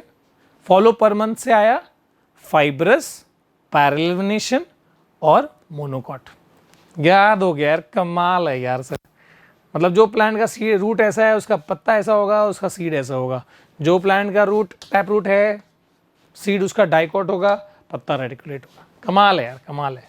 और कोई बहुत मुश्किल नहीं है। जैसा रूट है कि दादा के बाद बेटा के बाद पोता, ऐसा वाला पत्ते में भी ऐसे ही है, दादा के बाद बेटा के बाद पोता। वाह सर वाह। इसके बाद type of leaf, venation and root. अब ये तुम बता सकते हो, मतलब 36 प्लांट लिख दो, बता दो, ये ऑलरेडी अपने से तो टीचर ने जितना बताया होगा बच्चों के लिए अपन ने भी बता दिया भाई। ठीक है, इसके बाद आते हैं सीधे एनिमल पे। प्लांट का थोड़ा बहुत रहेगा लेकिन वो एग्जाम्पल एडेप्टेशन के अंदर आएगा, प्लांट खत्म हो गया। अब एनिमल की बात करते हैं। भैया कुछ पानी में रहते हैं, कुछ पानी जमीन दोनों जगह रह सकते हैं, कुछ जमीन पे पेड़ों पे, कुछ जो है वो हवा में उड़ सकते हैं। तो these are the based on the उनके जो वेरियस हैबिटेट्स हो सकते हैं एनिमल के। हैबिटेट्स क्या होता है? जहां पर कोई चीज रहती है, पाई जाती है, उसको हैबिटेट। जैसे कि फिश का हैबिटेट वाटर है, पानी में पाया जाता है। टाइगर का हैबिटेट लैंड है, ठीक है। हमारे मंकी साहब का हैबिटेट, वैसे तो पेड़ तो लैंड पे ही है ना, लैंड है, ठीक है। बर्ड्स का हवा बोल सकते हैं आप, ठीक है। तो यहां पर plants and animals that live on land are called terrestrial, they are possessing terrestrial habitats, ठीक है। some examples of terrestrial habitats are forest, desert, grassland and mountains, ठीक है। तो terrestrial habitats मतलब कि terrestrial habitats में क्या क्या आता है? forest आता है, तो फॉरेस्ट में रहने वाले जितने प्लांट्स एनिमल्स हैं सब टेरेस्ट्रियल हैबिटेट्स में रहने वाले कहे जाएंगे, ठीक है। या डेजर्ट में रहने वाले भी टेरेस्ट्रियल में आ जाएंगे, है ना। ग्रासलैंड और सब क्या है? जमीन पे ही ना, so they are all terrestrial habitats, जिसके अंदर फिर प्लांट्स एनिमल्स रहते हैं, ठीक है। तो वो सबको हम टेरेस्ट्रियल एनिमल्स कह सकते हैं। उसके बाद plants and animals that live in water, पानी में रहने वाले को एक्वाटिक हैबिटेट्स, एक्वाटिक प्लांट्स या एक्वाटिक एनिमल्स कहेंगे। और पानी वाले हैबिटेट्स में क्या क्या एग्जांपल्स आ जाएंगे? मतलब पॉन्ड हो गया, लेक हो गया, रिवर हो गया, ओशियन हो गया, ये सब क्या है? ये सब एक्वाटिक हैबिटेट्स हैं, मतलब एक्वाटिक रिजर्वॉयर्स जहां पर ये एक्वाटिक एनिमल्स या प्लांट्स रहते हैं, ठीक है। तो हैबिटेट्स आर दी रीजन्स, है ना। एक्वाटिक हैबिटेट्स मतलब पानी के अंदर, पानी वाले कौन से रीजन्स है? पॉन्ड है, लेक है, रिवर है, वेल है, वो सब आ गया, ठीक है। तो आप ये समझ गए। और जो लैंड और water, live in water as well as land, दोनों वाली एबिलिटी है, उनको एम्फीबियंस कहोगे। ऐसा नहीं कि मछली जो है बाहर बैठ के और आराम से सन बात ले रहा है, ऐसा तो नहीं देखा तुमने। बट फ्रॉग पानी से बाहर आ सकता है, रह सकता है, तो वो है ना, जिंदा रह सकता है, तो दे आर एम्फीबियंस। वो पानी और लैंड दोनों पे रहने वाले, उनको एम्फीबियंस कहते हैं, ठीक है। तो ये आपने देखा कि भाई टेरेस्ट्रियल्स क्या होते हैं? जो जमीन पे रहने वाले। एक्वाटिक क्या होते हैं? पानी में रहने वाले। और पानी और लैंड दोनों पे रहने वाले को एम्फीबियंस कहते हैं। सर ये जो जैसे मंकी है ज्यादातर पेड़ों पे रहता है, तो पेड़ों वालों को क्या बोलते हैं? पेड़ पे रहने वालों को टेरेस्ट्रियल तो है, पर क्या कोई अलग भी नाम है क्या? बिल्कुल है, ये उनको बोलते हैं आर्बोरियल। मतलब किताब में नहीं, तुम्हारे पर मैं कह रहा हूं, आर्बोरियल, पेड़ों पे रहने वाले। और जो हवा में रहते हैं, हवा में जो ज्यादातर अपना लाइफस्टाइल बिताते हैं, हवा में रहने वाले, जैसे बर्ड्स हो गए, they are aerial animals, aerial, हवा में उड़ने वाले, ठीक है। So what would happen if the habitat of plant and animal is damaged? मतलब मान लो कि पॉन्ड जो है उसमें सब पोल्यूशन कर दिया, तो क्या होगा? मरेंगे, उसके अंदर के जो प्लांट्स एनिमल्स हैं वो सर्वाइव नहीं कर पाएंगे, ठीक है। What would happen if the goat does not get grass to eat? अगर बकरी को घास नहीं मिलेगी तो भैया क्या होगा? मर जाएगा। Can the fish survive without water? Of course not, ठीक है। तो ये किसी के हैबिटेट को खराब करना अच्छी बात नहीं है। तो हम जो पोल्यूशन करते हैं, हम जो फैक्ट्रीज से जो कचरा जो आ रहा है, उसको जो भी पोल्यूटेंट्स है उसको हम ऐसे ही नदी में बहा दे रहे हैं, हम किसी के घर को नुकसान पहुंचा रहे हैं। तो ये चीज़ बहुत ध्यान देने वाली बात है, ठीक है। Different animals have different types of movements, और अलग अलग मूवमेंट्स के लिए कोई फ्लाई करता है, जैसे बर्ड्स फ्लाई करते हैं, हम दौड़ते हैं, रन करते हैं, कुछ क्रॉल करते हैं, कुछ वॉक करते हैं, कुछ हॉप करते हैं, कुछ जंप करते हैं, कुछ स्विम करते हैं। तो ये सब क्या है? मूवमेंट के अलग अलग तरीके हैं। They may use wings, legs and other parts which help them to move, ठीक है। तो मूवमेंट के बेसिस पे भी हम एनिमल्स को कैटेगराइज कर सकते हैं। जैसे कि फिश हो गई, जितने वैरायटी ऑफ फिश है वो स्विम कर सकती है, फिश, टर्टल, ये सब स्विम कर सकते हैं, तो उसके बेसिस पे उनको हम एक कैटेगरी में रख सकते हैं। टर्टल, फिश और जो भी स्विम कर सकते हैं वो। जो वॉक कर सकते हैं उनको अलग कैटेगरी में रख सकते हैं, ठीक है। जो हवा में उड़ सकते हैं उनको, जैसे बैट, पीजन, क्रो, को अलग कैटेगरी में रख सकते हो आप। ग्रुपिंग ही तो सीख रहे हो यहाँ पे, ठीक है। तो जैसे देख सकते हो कि फिश में जो है स्विम करने के लिए फिन्स होते हैं उनके मूवमेंट के लिए, ऐसे ही गोट में ये लेग्स हैं जो उनको मूवमेंट में हेल्प कर रहे हैं।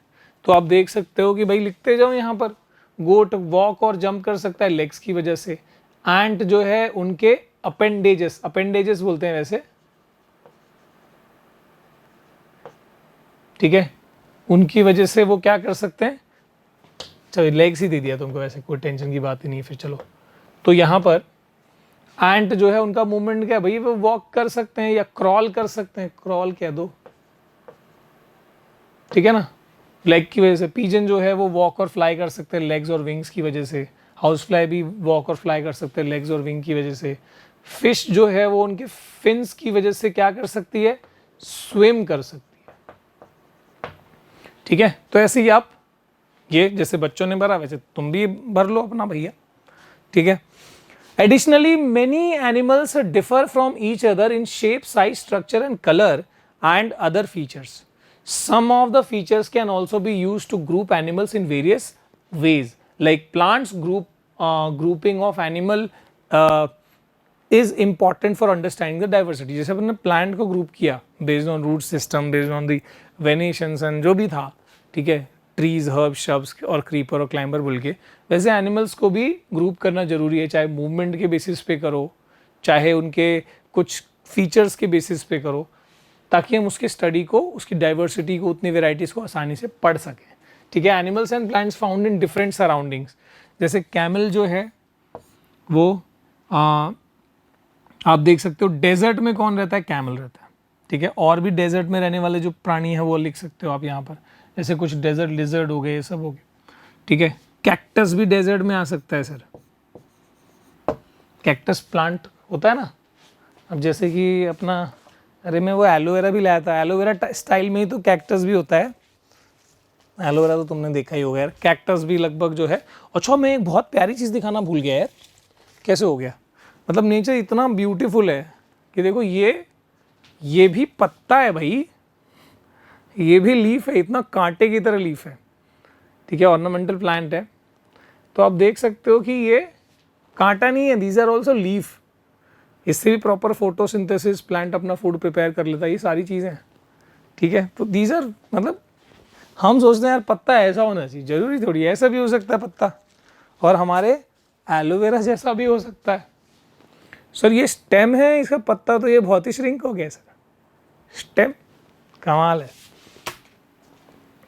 तो बेस्ड ऑन दी हैबिटेट्स, है ना, कि भाई कहाँ पे रहते हो, माउंटेन पे रहने वाले देवदार ट्री हो गए, माउंटेन पे रहने वाले माउंटेन गोट हो सकते हैं, माउंटेन डॉग्स होते हैं, माउंटेन कैमल होते हैं, मतलब क्या बात है, वैरायटी है। इसके बाद ओशन में रहने वाले जो फिश हैं, जो टर्टल्स हो गए, ठीक है, वो हो गए आप लिख सकते हो ना वैरायटी।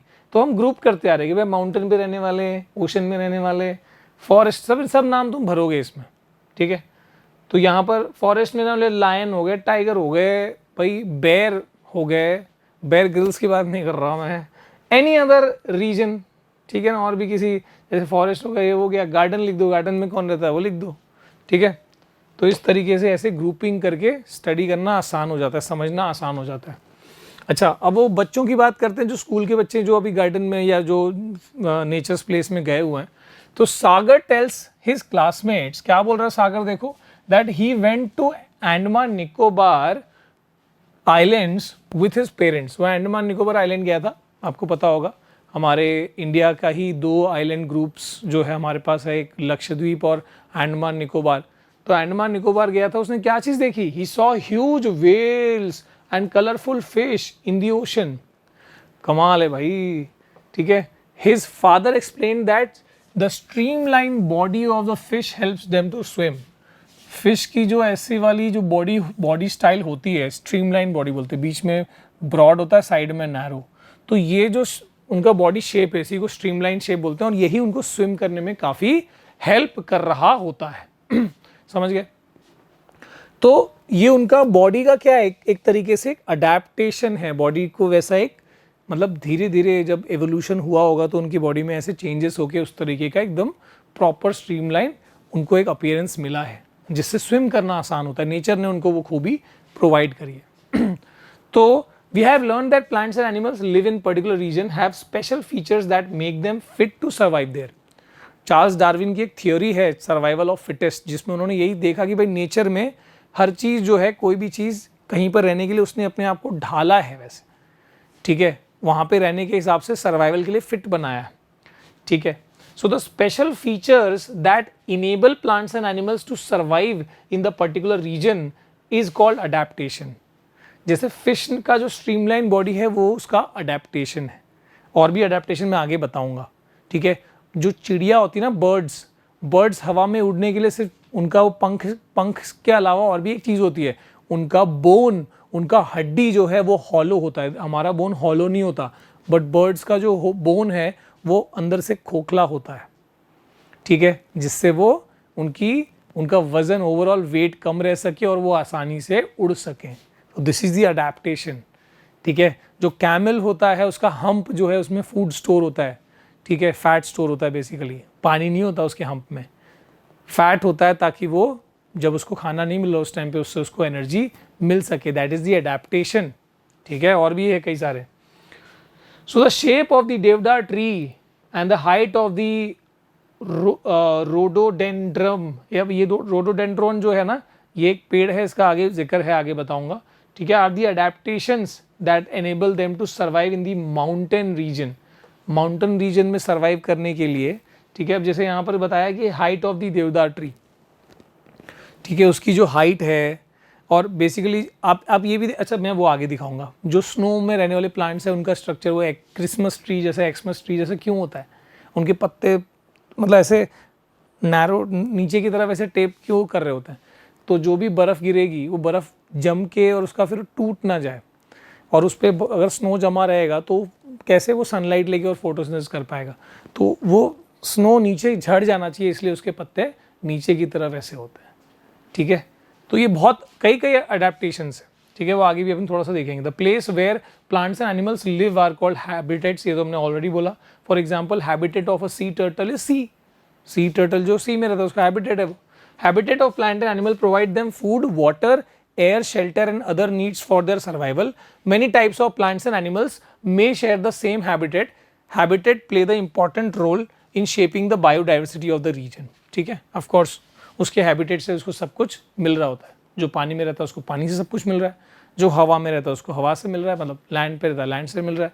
तो ये अच्छा ये सब चीज़ें ना कहीं बाहर से नहीं है, मैंने तुम्हारे टेक्स्ट बुक से ही चीज़ें जो है पूरा कर रहा हूँ। तो अगर कोई सोच रहा है टेक्स्ट बुक का सर क्यों नहीं पढ़ा रहे, टेक्स्ट बुक क्यों, सब है ये, उसी को यहाँ रीअरेंज कर दिया है बस, ओके। और कहीं रेपिटेशन है तो वो अवॉइड कराइए।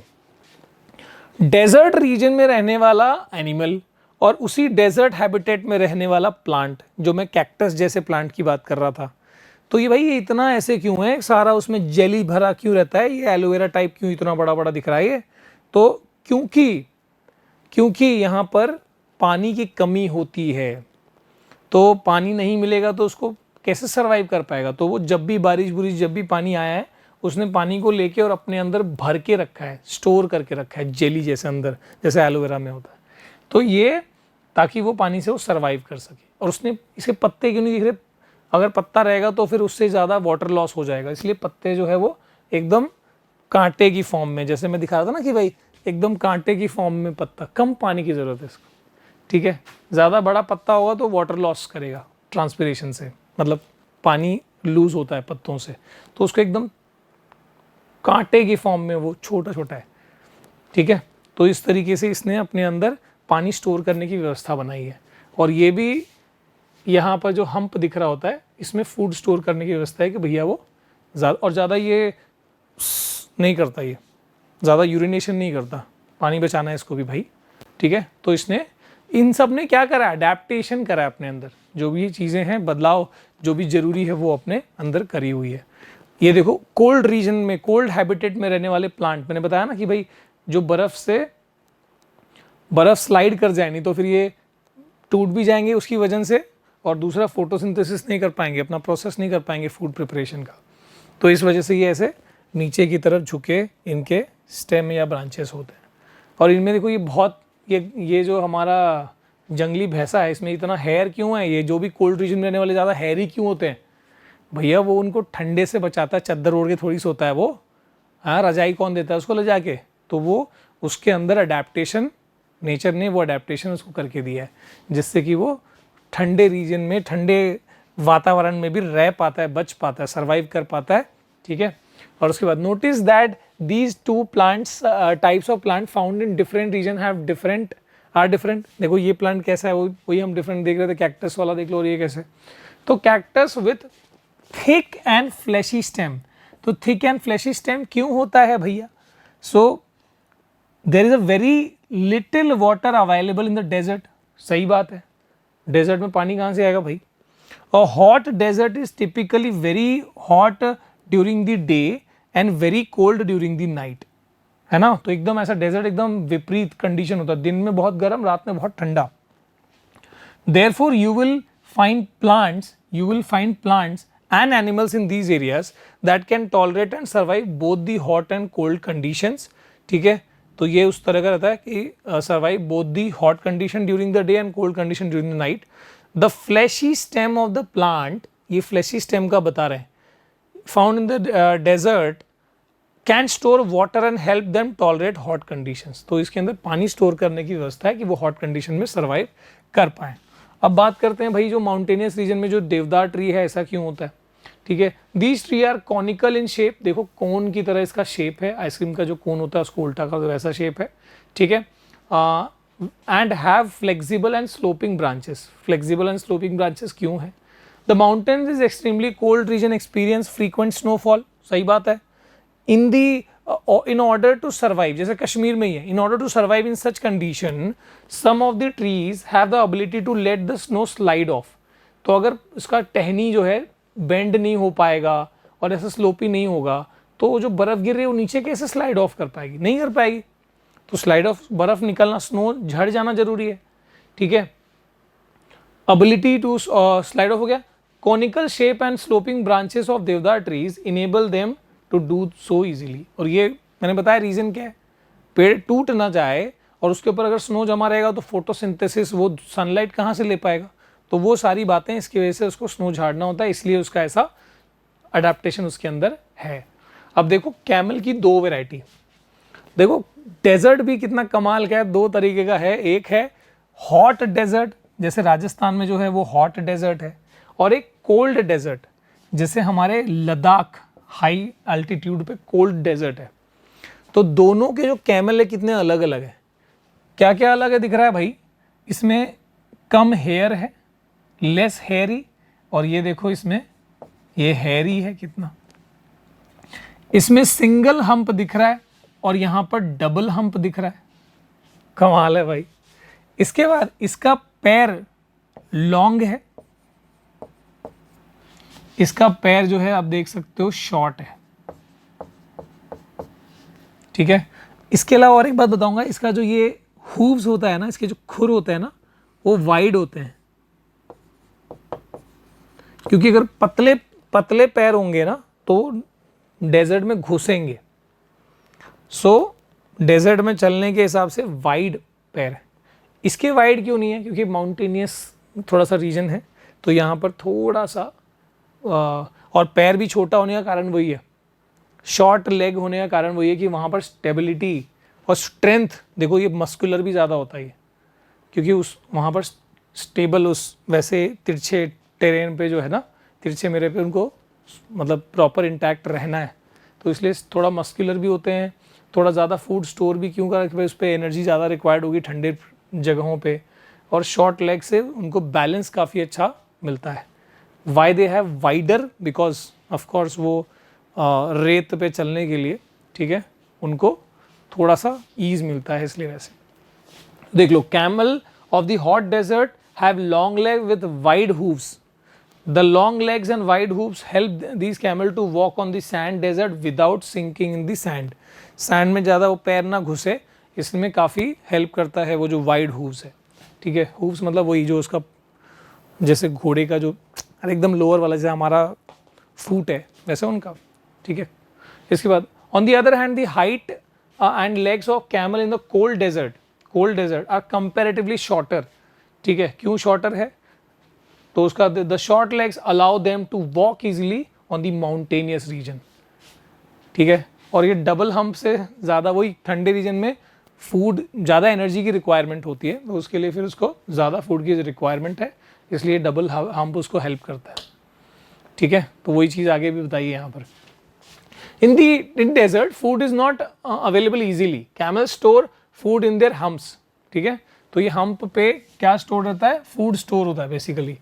Camel found in the hot desert have one hump each that helps them to survive during the scarcity of food, food की कमी के टाइम पे। अब कोल्ड का पता है, camels found in cold region have 2 humps, है ना, देखो ये 2 हम्प्स है, तो ऐसा नहीं कि उसको फोड़ा हो गया है। These 2 humps shrink in the late winters because there is not much food available in the cold desert and they have to use food stored in their hump during the time. Moreover, they grow long hair on the neck region. क्यों भाई long hair क्यों है? Help them survive in the cold winters of Ladakh. ठीक है, what other features can help camel to survive in the desert? तो बाकी और क्या क्या फीचर्स है वो और तुम आइडेंटिफाई कर देखो। उनकी आँखों के ऊपर जो आईब्रोज होते हैं मोटे होते हैं, आई लैशेस बड़े होते हैं ताकि डस्ट धूल जो है आँखों में ना जा पाए, ठीक है। और भी जो नाक जो है वो उनका नॉस्ट्रिल ज़्यादा बड़ा नहीं होता, नहीं तो सारा धूल भर जाएगा उसके अंदर। नॉस्ट्रिल छोटा होता है, माउथ वाइड होता है ताकि वो मुँह से सांस ले सकें जब उनको रिक्वायर्ड हो। तो ऐसी बहुत सारी चीज़ें हैं जो उनके अंदर चेंजेस हैं। Camels excrete small amount of urine, क्यों कम सुसु क्यों करते हैं भैया? तो पानी नहीं पीते, या पानी को बचाना है भाई, जोगाना है, पानी को स्टोर करना है। During their Dang is dry, उनका जो टट्टी होता है, ठीक है, उनका जो जो डंग होता है वो जैसे काऊ डंग है, गोबर है, वैसे इनका जो गोबर है वो सूखा होता है भाई, पानी बचा रहे हैं ये। दे डू नॉट स्वेट, पसीना भी नहीं बहाते भाई, पसीना बहाएंगे पानी वेस्ट हो जाएगा इनका, इतना मुश्किल से तो रह रहे हैं। So as camel do not lose water from their bodies they can survive for many days without drinking water. कमाल के, मतलब नेचर की कमाल की क्रिएशंस है। मैं कैमल की हूव्स की बात कर रहा था, देखो कितना वाइड हूव होता है उसका, ताकि डेजर्ट पे वो आसानी से चल सके, नहीं तो पतले पैर रहेंगे तो घुसेंगे ना अंदर, ठीक है। अच्छा देखो अडेप्टेशन की बात हो ही रही है तो देखो कितना ज़बरदस्ती है किसका, ये तुम ना कमेंट में बताओगे कि भैया आपने जो ये ए लिखा था ये ए क्या था, ये वेब्ड फीट किसके होते हैं और ये मतलब किस प्राणी का ऐसा वाला वेब्ड फीट होता है, क्यों होता है, ये आप कमेंट करके बताओगे। ये भी एक ज़बरदस्त अडेप्टेशन है। हॉलो बोन्स की बात कर रहा था मैं, देखो ये ह्यूमन बोन है, हमारा बोन कैसे है, ठीक है, लेकिन ये बर्ड का, ये ईगल बोन है वैसे, तो बर्ड का बोन हॉलो है, क्यों है, ताकि उनको वो हल्का बनाता है और जिससे वो उड़ पाते हैं, ठीक है। आगे अगर हम चलें तो मैं जिसकी बात कर रहा था कि भाई ये इसके बारे में हम पढ़ेंगे, तो ये रोडोडेंड्रॉन, ये रोडोडेंड्रॉन जो है ये विदेशी प्लांट नहीं, हमारे इंडिया के अंदर के प्लांट देख लो आप, ये फूल वाले, इतने ज़बरदस्त फूल वाले ये प्लांट है। और इसकी खूबी बताई गई है कि भैया देखो दो बच्चों ने क्या ऑब्जर्वेशन करा, माया ने, ठीक है, talks about seeing plant with beautiful bright flowers rhododendron in the Shola forest of Nilgiris. तो जो उन्होंने हाई ऑल्टीट्यूड में मतलब पहाड़ों पे उन्होंने वो देखा, माया ने वो प्लांट देखा जिसमें खूबसूरत फ्लावर्स थे, ठीक है। Here rhododendrons are shorter height, आप देख सकते हो छोटी हाइट है,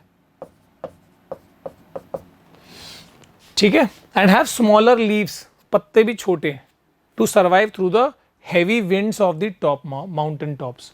तो बहुत तेज की हवाएं चलती है तो उस हवाओं से वो पत्ते टूटे ना, इसलिए नैरो लीव्स है, छोटी हाइट है, ताकि वो वहाँ सर्वाइव कर सके। तो वो प्लांट ने अपने आप को वैसे अडेप्ट किया है वहाँ पर। लेकिन वही प्लांट की जो दूसरी जगहों पर, दूसरे लोकेशन पर देखो तो वो दिखाया गया कि Pema who is from Sikkim, तो सिक्किम में जो थोड़ा सा लोअर लाइंग एरियाज है जहाँ पर उतनी हवाएं नहीं चलती, तो वहाँ पर यही प्लांट जो है वो टॉल होते हैं। देखो कितने टॉल, घर के जितने बड़े बड़े। वैसे ये बाहर का फोटो यहाँ का नहीं, बट फिर भी बता रहा हूँ कि यहाँ पर वही प्लांट क्या है, टॉल है। वही वो रोडोडेंड्रॉन जो है वो यहाँ पर छोटा था, यहाँ पर देखो बड़ा है। पत्ते भी इसके थोड़े से वाइड दिख रहे होंगे, बड़े बड़े दिख रहे होंगे, ठीक है।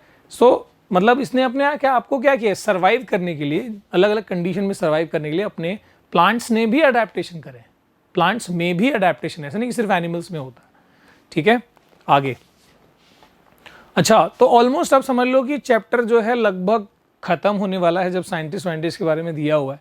तो आपको जानना बहुत ज़रूरी है साइंटिस्ट के बारे में। भाई हमारे इंडिया के जानकी अमाल वॉज एन इंडियन बोटानिस्ट। देखो साइंस के दो हिस्से होते हैं मेजरली, एक जूलॉजी एनिमल्स की स्टडी, बॉटनी प्लांट्स की स्टडी। तो प्लांट्स के स्टडी करने वाली जो साइंटिस्ट हैं इन्होंने, ठीक है, अब देखो कितनी 1897 से 1984, तो काफ़ी पुरानी साइंटिस्ट है इंडिया से। She played a key role, important role in save Silent Valley. ठीक है, तो ये साइलेंट वैली जो है साउथ इंडिया का हिस्सा है। देखो आप यहाँ पर देखोगे तो the real story of forest in Palakkad district in Kerala, तो उसी वहीं की बात करी गई। सेव साइलेंट वैली के लिए मूवमेंट करा था, बहुत पुरानी बात है ये। ठीक है, और उस टाइम पे so as a head of botanical survey in India, तो बॉटनिकल सर्वे इन इंडिया जो अथॉरिटी है, जो ऑर्गेनाइजेशन है, उसकी हेड थी हैं। और इन्होंने वो वहाँ पर हाइड्रो इलेक्ट्रिक पावर प्लांट आने वाला था, कुछ ऐसे प्रोजेक्ट आने वाले थे जिससे पेड़ कटने वाले थे। तो वो चीज़ को with help of lot of people, काफ़ी लोगों का सपोर्ट भी मिला था, जिसकी वजह से मतलब लगभग 10 साल का एक एफर्ट जो है, better legacy proposal of hydro electric dam, ठीक है, वो चीज़ 10 साल तक उनका एजिटेशन चला था उस रीजन को बचाने का, साइलेंट वैली को सेव करने का ये मूवमेंट जो है चलाया गया था। और काफ़ी, आप शायद पीछे फ़ोटो देख सकते हो, मैंने ये ऐड करा है, तो उनके एफर्ट से काफ़ी ये चीज़ हो पाई थी। और इन्होंने करा क्या था, इनका और क्या कंट्रीब्यूशन था वैसे देख लो। सो इन्होंने help to document and preserve India's rich plant diversity. India की जितनी प्लांट डाइवर्सिटीज़ है उस समय जो है उन्होंने डॉक्यूमेंट करा था कि भाई ये वनस्पतियाँ जो है हमारे यहाँ पर हैं, वो सब चीज़ों में काफ़ी साइंटिफिक तरीके से उन्होंने हेल्प करा था। अच्छा, किसने रोबोट 2.0 देखी है? 2.0 में ये पक्षी राजन का रोल जो अक्षय कुमार ने किया था, वैसे तो थोड़ा सा बाद में थोड़ा विलन टाइप का भी कुछ रोल बताया था उसमें। वैसे वो मतलब जो इंटेंशन था वो गलत नहीं था, लेकिन उसमें थोड़ा सा वो नेगेटिव रोल वाला बताया था। लेकिन आप वैसे देखोगे तो जिसके ऊपर ये बनाया गया कि भाई जो बर्ड लवर इंडिया के, जो जिसको बर्ड मैन ऑफ इंडिया कहा जाता है, जिन्होंने बर्ड को सेव करने के लिए बहुत सारे स्टेप्स लिए थे, बहुत सारे कैंपेन्स करे थे, ठीक है, तो उनका नाम, वो original bird man of India, ठीक है, जिनके वो थोड़ा कैरेक्टराइज करके बनाया गया है। So he is none other than Salim Ali. 1896 से 1987 traveled across India to observe diversity in the birds. He prepared a list of bird and documented their travel routes and habitats. तो जैसे हमने भी पिछले साइंटिस्ट का पढ़ा, उन्होंने पूरे प्लांट का करा था, इन्होंने बर्ड्स का बहुत स्टडी और ऑब्जर्वेशन करा। He recorded the regions with high diversity of birds and took measures to conserve for the conservation. Birds conservation काफ़ी इन्होंने measures लिए। तो Keoladeo national park in Bharatpur Rajasthan and Ranganathittu bird sanctuary in Madhya Karnataka and are the examples of the region he preserved. ठीक है, तो उन्होंने काफ़ी, देखो कितने सारे सेंचुरीज, बर्ड सेंचुरीज का ये करा इन्होंने, ठीक है, एस्टेब्लिशमेंट करवाया। He wrote a landmark series of 10 books on the birds of Indian subcontinent. He is referred as bird man of India. ठीक है, तो ये याद रखना, इनको पद्म विभूषण से 1976 में इनको वो उपाधि दी गई थी। भाई कमाल के। ठीक है, इसके बाद, इसके अलावा आपको पता होगा कि भाई अलग अलग समय पे अलग अलग जानवरों के एक्सटेंशन की बात, जब जानवर ख़त्म हो रहे थे तो उनको कंजर्व करने के लिए, उनको प्रिजर्व करने के लिए काफ़ी सारे ऐसे स्टेप्स लिए गए, जिसमें से जैसे बंगाल टाइगर हैं, चीता है, ठीक है, एशियाटिक चीता जो अब मोदी जी ने 4 चीता आपको पता होगा लाए थे, 2022-23 की बात है, 22 की बात है, to restore the cheetahs population. ठीक है, और इसके अलावा प्रोजेक्ट टाइगर, इंडिया में प्रोजेक्ट टाइगर इनिशिएट किया गया था 1973 में, क्योंकि टाइगर की पॉपुलेशन काफ़ी डिक्लाइन हो रही थी। हमको पता है कि एक टाइम पे बहुत अंग्रेज़ों ने काफ़ी शिकार करा था टाइगर्स का। और ग्रेट इंडियन बस्टार्ड, ये राजस्थानी बर्ड है, तो ये भी लगभग एक्सटिंक्ट होने वाला था। इसको बचाने के लिए, ऐसे बहुत जानवर को पता है कि एक्सटिंक्ट हो गए, इवन प्लांट्स भी, तो अब कंजर्व करने के लिए अब वो बारी है। क्योंकि देखो, अगर हमने अपने इकोसिस्टम को नहीं बचाया तो अल्टीमेटली वो हम ही को नुकसान पहुंचाएगा। एक छोटा सा हनी बी भी अगर ख़त्म हो जाए ना इस धरती से, तो हमारा जो फूड प्रोडक्शन है ना, मतलब 60% से कम हो जाएगा। सर ये कैसे? तुमने सुना होगा कि भाई जो ये क्रॉप्स आते भी है ना, जो भी, तो ये पॉलिनेशन में, उसका जो पॉलिनेशन प्रोसेस है उसमें काफ़ी हेल्प करता है हनी बीज। तो ये हम कहीं ना कहीं सभी कनेक्टेड है। अगर सेल्फिशली भी सोचो तो ऐसे, और अगर मॉरली सोचो, ढंग से सोचो, तो जैसे ये अर्थ हमारा है वैसे सभी का है, सारे प्लांट्स का भी, सारे एनिमल्स का। ठीक है। ट्रेडिशनली प्रोटेक्टेड एरिया फॉरेस्ट, जैसे सेक्रेड ग्रूव्स जो होते हैं, तुमने वो कांटारा मूवी देखी होगी, उसमें जो एक साउथ में काफ़ी एक ऐसे वो एक अपीयरेंस बताया गया कि जंगल में एक देवता, लगभग ऐसे नहीं कि सिर्फ साउथ इंडिया में, ऐसे लगभग पूरी इंडिया में अलग अलग जगहों पे जो जंगल के देवी देवताओं को, मतलब पुराने ट्रेडिशन ही चलते आ रहे हैं कि भाई ये कहा जाता है कि जंगल को बचाने वाले देवी देवता होते हैं। ठीक है, जो ग्राम देवता ये जो होते हैं, जो प्रिजर्व करते हैं, जंगल से हमको वनस्पति मेडिसिन मिलते हैं। तो इस तरीके से सेक्रेट तरीके से कुछ जंगलों को कंजर्व किया जाता है। ठीक है, इन्हीं को सेक्रेट ग्रूव्स कहा जाता है, और इसके थ्रू बहुत सारे प्लांट्स और एनिमल्स जो है वो बचते हैं, और ऑफ कोर्स वो वहाँ सर्वाइव करते हैं और थ्राइव करते हैं। ठीक है, तो यहाँ पर चैप्टर होता है। अब इसके बाद से टेक्स्ट बुक के क्वेश्चंस, तो जो लोग को टेक्स्ट बुक क्वेश्चंस समझने फटाफट से देख लेना। अब यहाँ पर here are 2 types of seed that different, what differences do you find among the roots and leaf venation. तो वीट जो है ये मोनोकॉट है। ठीक है, और ये जो किडनी बीन्स है, राजमा जो है, ये क्या है? डाइकॉट है। आपको पता है जो मोनोकॉट होता है उसमें पैरेलल वेनेशन होती है, जो डाइकॉट होता है उसमें रेटिकुलेट वेनेशन होती है। अगर मैं इनके रूट सिस्टम की बात करूं तो ये इसके अंदर होगा फाइब्रस रूट सिस्टम, है ना। मोनोकॉट हमेशा पैरेलल वेनेशन होती है लीफ की, और उसका रूट सिस्टम कैसा होता है? फाइब्रस होता है ऑलवेज। ठीक है, और डाइकॉट में रेटिकुलेट वेनेशन होता है, रूट सिस्टम कैसा होता है? टैप रूट सिस्टम होता है। समझ में आ गया सर? बढ़िया, आगे चलिए। Names of some animals are given below, group them based on the habitats. ठीक है, write the animals, names of the aquatic animals in the area A. तो ए में हमको किसको लिखना है? जितने भी एक्वाटिक एनिमल्स हैं, पानी में रहने वाले, जितने भी वाटर में रहने वाले, ए में लिख दो। ठीक है, इसके अलावा areas B marked, enter the names of animal living. तो टेरेस्ट्रियल, ये बी जो है इसमें हमको टेरेस्ट्रियल वाले मार्क करने हैं। ठीक है, जो लैंड पे रहने वाले, और जो लैंड और वाटर दोनों पे रहते हैं यानी एम्फीबियंस, उनको यहाँ लिख दो। अब भाई तुमको पता है इसमें कि अगर मैं बात करूँ हॉर्स की, तो हॉर्स यहाँ पर आ जाएगा टेरेस्ट्रियल वाले में, तो हॉर्स को मैं कहाँ लिखूँगा? बी वाले में। डॉल्फिन एक्वाटिक है, ए वाले में लिखूँगा मैं। ठीक है, फ्रॉग जो है वो एम्फीबियन है, दोनों में रह सकता है, तो सी में लिखूँगा मैं, है ना। शीप जो है वो टेरेस्ट्रियल है, तो टेरेस्ट्रियल यानी कि हमको बी में लिखना होगा। क्रोकोडाइल जो है वो, क्रोकोडाइल एम्फीबियन में आ गया ना, लैंड वाटर दोनों पे रह सकता है भाई। स्क्विरल जो है टेरेस्ट्रियल है, तो टेरेस्ट्रियल कहाँ पर? बी में आ जाएगा। वेल जो है वो एक्वाटिक है, ए में आ जाएगा। अर्थवर्म जो है वो अर्थ पे रहता है, ऑफकोर्स टेरेस्ट्रियल है, बी में आ जाएगा। ठीक है, पीजन जो है, अच्छा अर्थवर्म कहाँ हो सकता है? एम्फीबियंस में हो सकता है क्या? बताना ज़रूर तुम। ठीक है, पीजन जो है, पीजन कहाँ रहता है? पीजन हवा टेरेस्ट्रियल में आ जाएगा वैसे इन कैटेगरीज के हिसाब से, टेरेस्ट्रियल यानी कि बी में। ठीक है, और टॉर्टॉइज जो है वो अपना किस में आ जाएगा? एक्वाटिक में।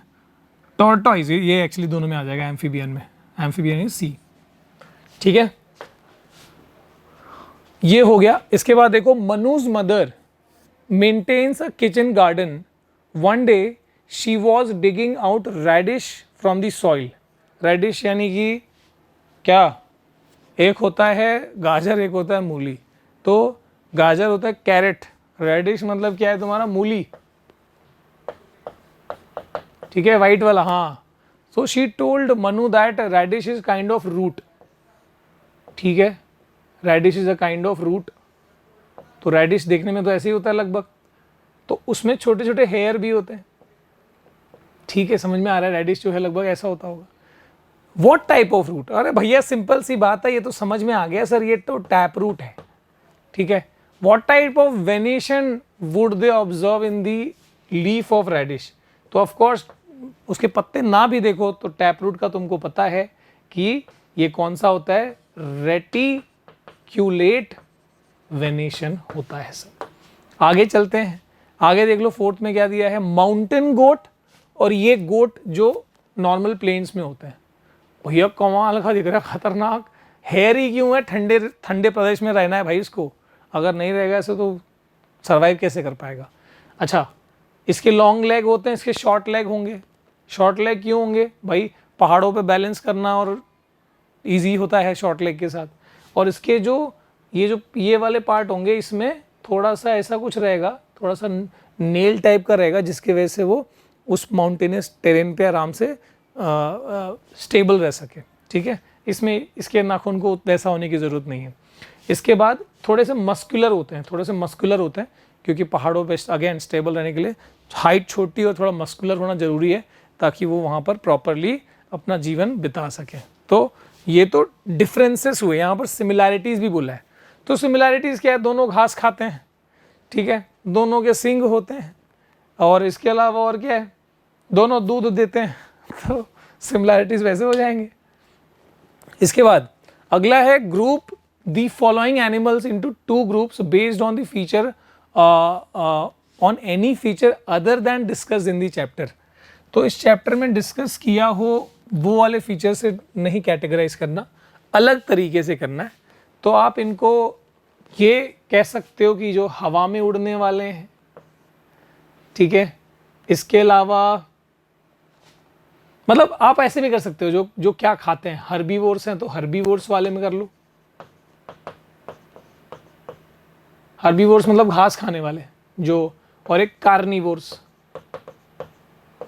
जो मांस मछली खाते हैं, मतलब जो नॉन वेजिटेरियन कंजम्पशन करेंगे, तो वो उस हिसाब से आप यहाँ पर ग्रास हॉपर हर्बीवोर्स में आ जाएगा। फिश आपका दोनों कैटेगरी में आ सकता है, वेल तो ऑफकोर्स कार्निवोर में आएगा, ठीक है। टर्टॉइस का क्या है, बैट का क्या है, पीजन का क्या है, वो उस हिसाब से आप कर लो। काऊ जो है वो यहाँ आ जाएगा, तो ग्रास हॉपर काऊ जो है हर्बीवोर में आ गया, बाकी सबको आप कार्निवोर में उठा लो, ठीक है। इसके बाद है as the population grows and people want more comfortable life, forest are being cut down। ये तो सही बात है, हमको बड़े बड़े घर चाहिए, बड़े बड़े बिल्डिंग में ये वो, मतलब बड़ा टाउनशिप ये वो, इससे हम क्या कर रहे हैं, बहुत सारे पेड़ों काट रहे हैं, ठीक है, to meet various needs. How can these affect this surrounding, इससे क्या होगा, how do you think we can address this challenge.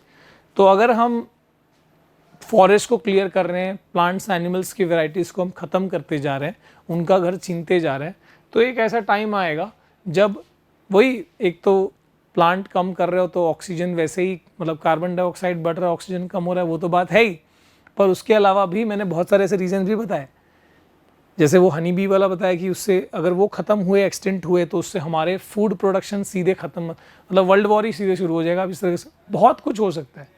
तो हमारा जो इकोलॉजिकल बैलेंस है पूरा बिगड़ जाएगा if this we are doing, forest clear कर रहे हो, डिफॉरेस्टेशन, ये सारी चीज़ें कर रहे हो तो, ठीक है। इसके बाद analyse the flow chart, what can be the examples of A and B. तो प्लांट्स, अगर कुछ प्लांट है, येस बोला, does it has leaves, yes.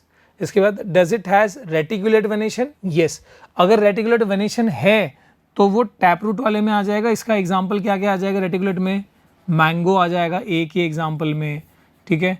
इसके बाद जामुन आ जाएगा, इसके बाद एप्पल आ जाएगा, ठीक है। अगर रेटिकुलेट वेनेशन नहीं है, मतलब पैरेलल वेनेशन है, पैरेलल वेनेशन में राइस लिख दो, ठीक है, इसमें वीट लिख दो, इसमें बैम्बू लिख दो, पैरेलल में जो भी एग्जाम्पल है वो लिख दो, ठीक है। तो ए और बी के एग्जाम्पल्स के बारे में पूछा गया था। इसके बाद 8 क्या है, देखो यहाँ पर ये गुड़हल का पौधा है, तो Raj argues with his friend Sanjay that Gudhal, that is hibiscus plant, is shrub. What question can Sanjay ask for clarification? तो क्या उसका स्टेम जो है, श्रब के बारे में बताओ ना, क्या उसका स्टेम थिन है? यस। क्या उसकी हाइट मॉडरेट है, पेड़ों जैसी नहीं है? यस। क्या उसके ब्रांचेस जो है वो क्या कहते हैं, टेंडर हैं? They are not that much, नहीं ब्रांचेस टेंडर नहीं, और क्या है,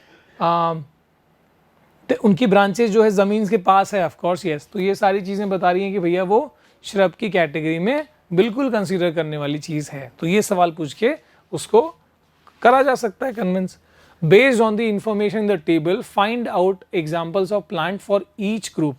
तो यहाँ पर डाइकॉट, टैप रूट और एग्जाम्पल क्या हो सकता है, जैसे हमने बोला ही था यार, मैंगो, एप्पल, गुआवा, ठीक है। मोनोकोट फाइब्रस में राइस, वीट, बैम्बू, और जो हमने अभी पढ़े थे चैप्टर में मोनोकोट वाले, ठीक है। What other similarities do plant of A have? तो अदर सिमिलैरिटीज क्या है, तुमने डाइकॉट बोल दिया, टैप रूट बोल दिया, इसका वेनेशन कैसा होगा, इसमें रेटिकुलेट वेनेशन होगा इसके लीव्स का, और इसके लीव का क्या होगा, बी वाले का क्या रहेगा, so they will have parallel venation. तो ए का आंसर हो गया ये, दूसरे का आंसर हो गया ये। इसके बाद observe the label part of the duck. Label part देख लो, वेब्ड, ओ हो, एक का आंसर भी यहाँ मिल गया है ना। तो यहाँ पर आंसर मिल गया वेब्ड फीट। हो भाई, पिजन में ऐसा नहीं है। तो observe the label part of duck in the picture given below. What differences do you observe in the feet of the duck compare to that of the bird? Which activity would the duck be perform? So webbed feet है, इससे swimming कर सकता है, जो ये नहीं कर सकता नॉर्मली, ठीक है। समरी ऑफ द चैप्टर में जो भी हमने पढ़ा उसको फटाफट से एक बार ऐसे देखने की चीज़ है, बाकी और कुछ नहीं है। तो all the varieties of plants and animals biodiversity कहलाता है। Plants animals can be grouped based on the similarity and differences, इसी को ग्रुपिंग प्रोसेस कहते हैं जो जरूरी है स्टडी के लिए। Plants can be grouped in the herbs, shrubs and trees based on the height, type of the stem and branching pattern, ये तो हमने देख लिया। Plants can also be grouped as dicotyledon और मोनोकोटिलिडॉन। अगर सीड एक ही है, डिवाइड नहीं हो सकता तो मोनोकॉट, और दो में हो सकता है तो डाई मतलब 2 होता है, मोनो मतलब 1 होता है, ठीक है। इसके बाद monocot generally exhibit parallel venation and, और क्या बताया, फाइब्रस रूट सिस्टम। डाइकॉट में क्या होता है, रेटिकुलेट वेनेशन उनकी पत्तों का, और रूट सिस्टम कैसा होता है, टैप रूट होता है। इसके बाद animals have different types of movement that can be on the basis of the grouping, है ना। वो मूवमेंट कैसे करते हैं, स्विम करते, फ्लाई करते, वॉक करते, उसके हिसाब से ग्रुपिंग कर सकते हैं। Biodiversity of different region varies because of the distinct environmental condition. Special features that enable plants and animals to survive in particular region are adaptation, ठीक है। उसी को हम जो भी उनके अंदर चेंजेस हुए हैं जिससे वो सर्वाइव कर पाते हैं वो अडेप्टेशन है। जिस रीजन में वो रहते हैं प्लांट्स एनिमल्स, उनको हैबिटेट्स कहा जाता है। Based on the habitats plants animals can be grouped as terrestrial, aquatic, amphibians and all. इसके बाद due to the damage of habitat plants and animals lose their homes, food and other resources resulting in loss of diversity. सही बात है। We must protect biodiversity to ensure that our planet is full of life, helping plant and animal to survive and thrive। आज क्या हो रहा है देखो, लोग शांति ढूंढ रहे हैं, जंगल में जाना चाहते हैं, पहाड़ों में जाना चाहते हैं, पर वहाँ भी अब इतने कम जंगल बचे हैं कि वहाँ भी शांति नहीं मिल रही, वहाँ भी सारे लोग पहुँचे हुए हैं। तो भाई समझने की ज़रूरत है हमको क्या करना है। हमको वो पहाड़ के पास नहीं जाना, हमको वो चीज़ हमारे आसपास में वैसा क्रिएट करना है। पेड़ पौधे लगाने हैं, ठीक है, नेचर हमारे आसपास में हमको रखना है, ख़त्म नहीं करना है, ठीक है। तो this is very very important. इसके बाद आखिरी में कुछ कीवर्ड्स जो हमने चैप्टर में सीखे, इसी के साथ चैप्टर होता है समाप्त। और इसी के साथ हमारा जो वनस्पति ज्ञान जो हमने आज जो इतना हासिल किया, नॉट जस्ट दी वनस्पति ज्ञान, हमने एनिमल्स के बारे में काफ़ी कुछ सीखा। तो आप कमेंट में बताना इसमें आपको ये लॉन्ग लगा, शॉर्टर वर्जन में चाहिए, लॉन्गर वर्जन में चाहिए, उस हिसाब से, क्योंकि करेंगे तो हम हर फॉर्मेट पर, अभी कौन सी रिक्वायरमेंट है वो चीज़ उस हिसाब से आ रही होगी। मिलते हैं अगली वीडियो में। टिल देन बाय बाय, जय हिंद।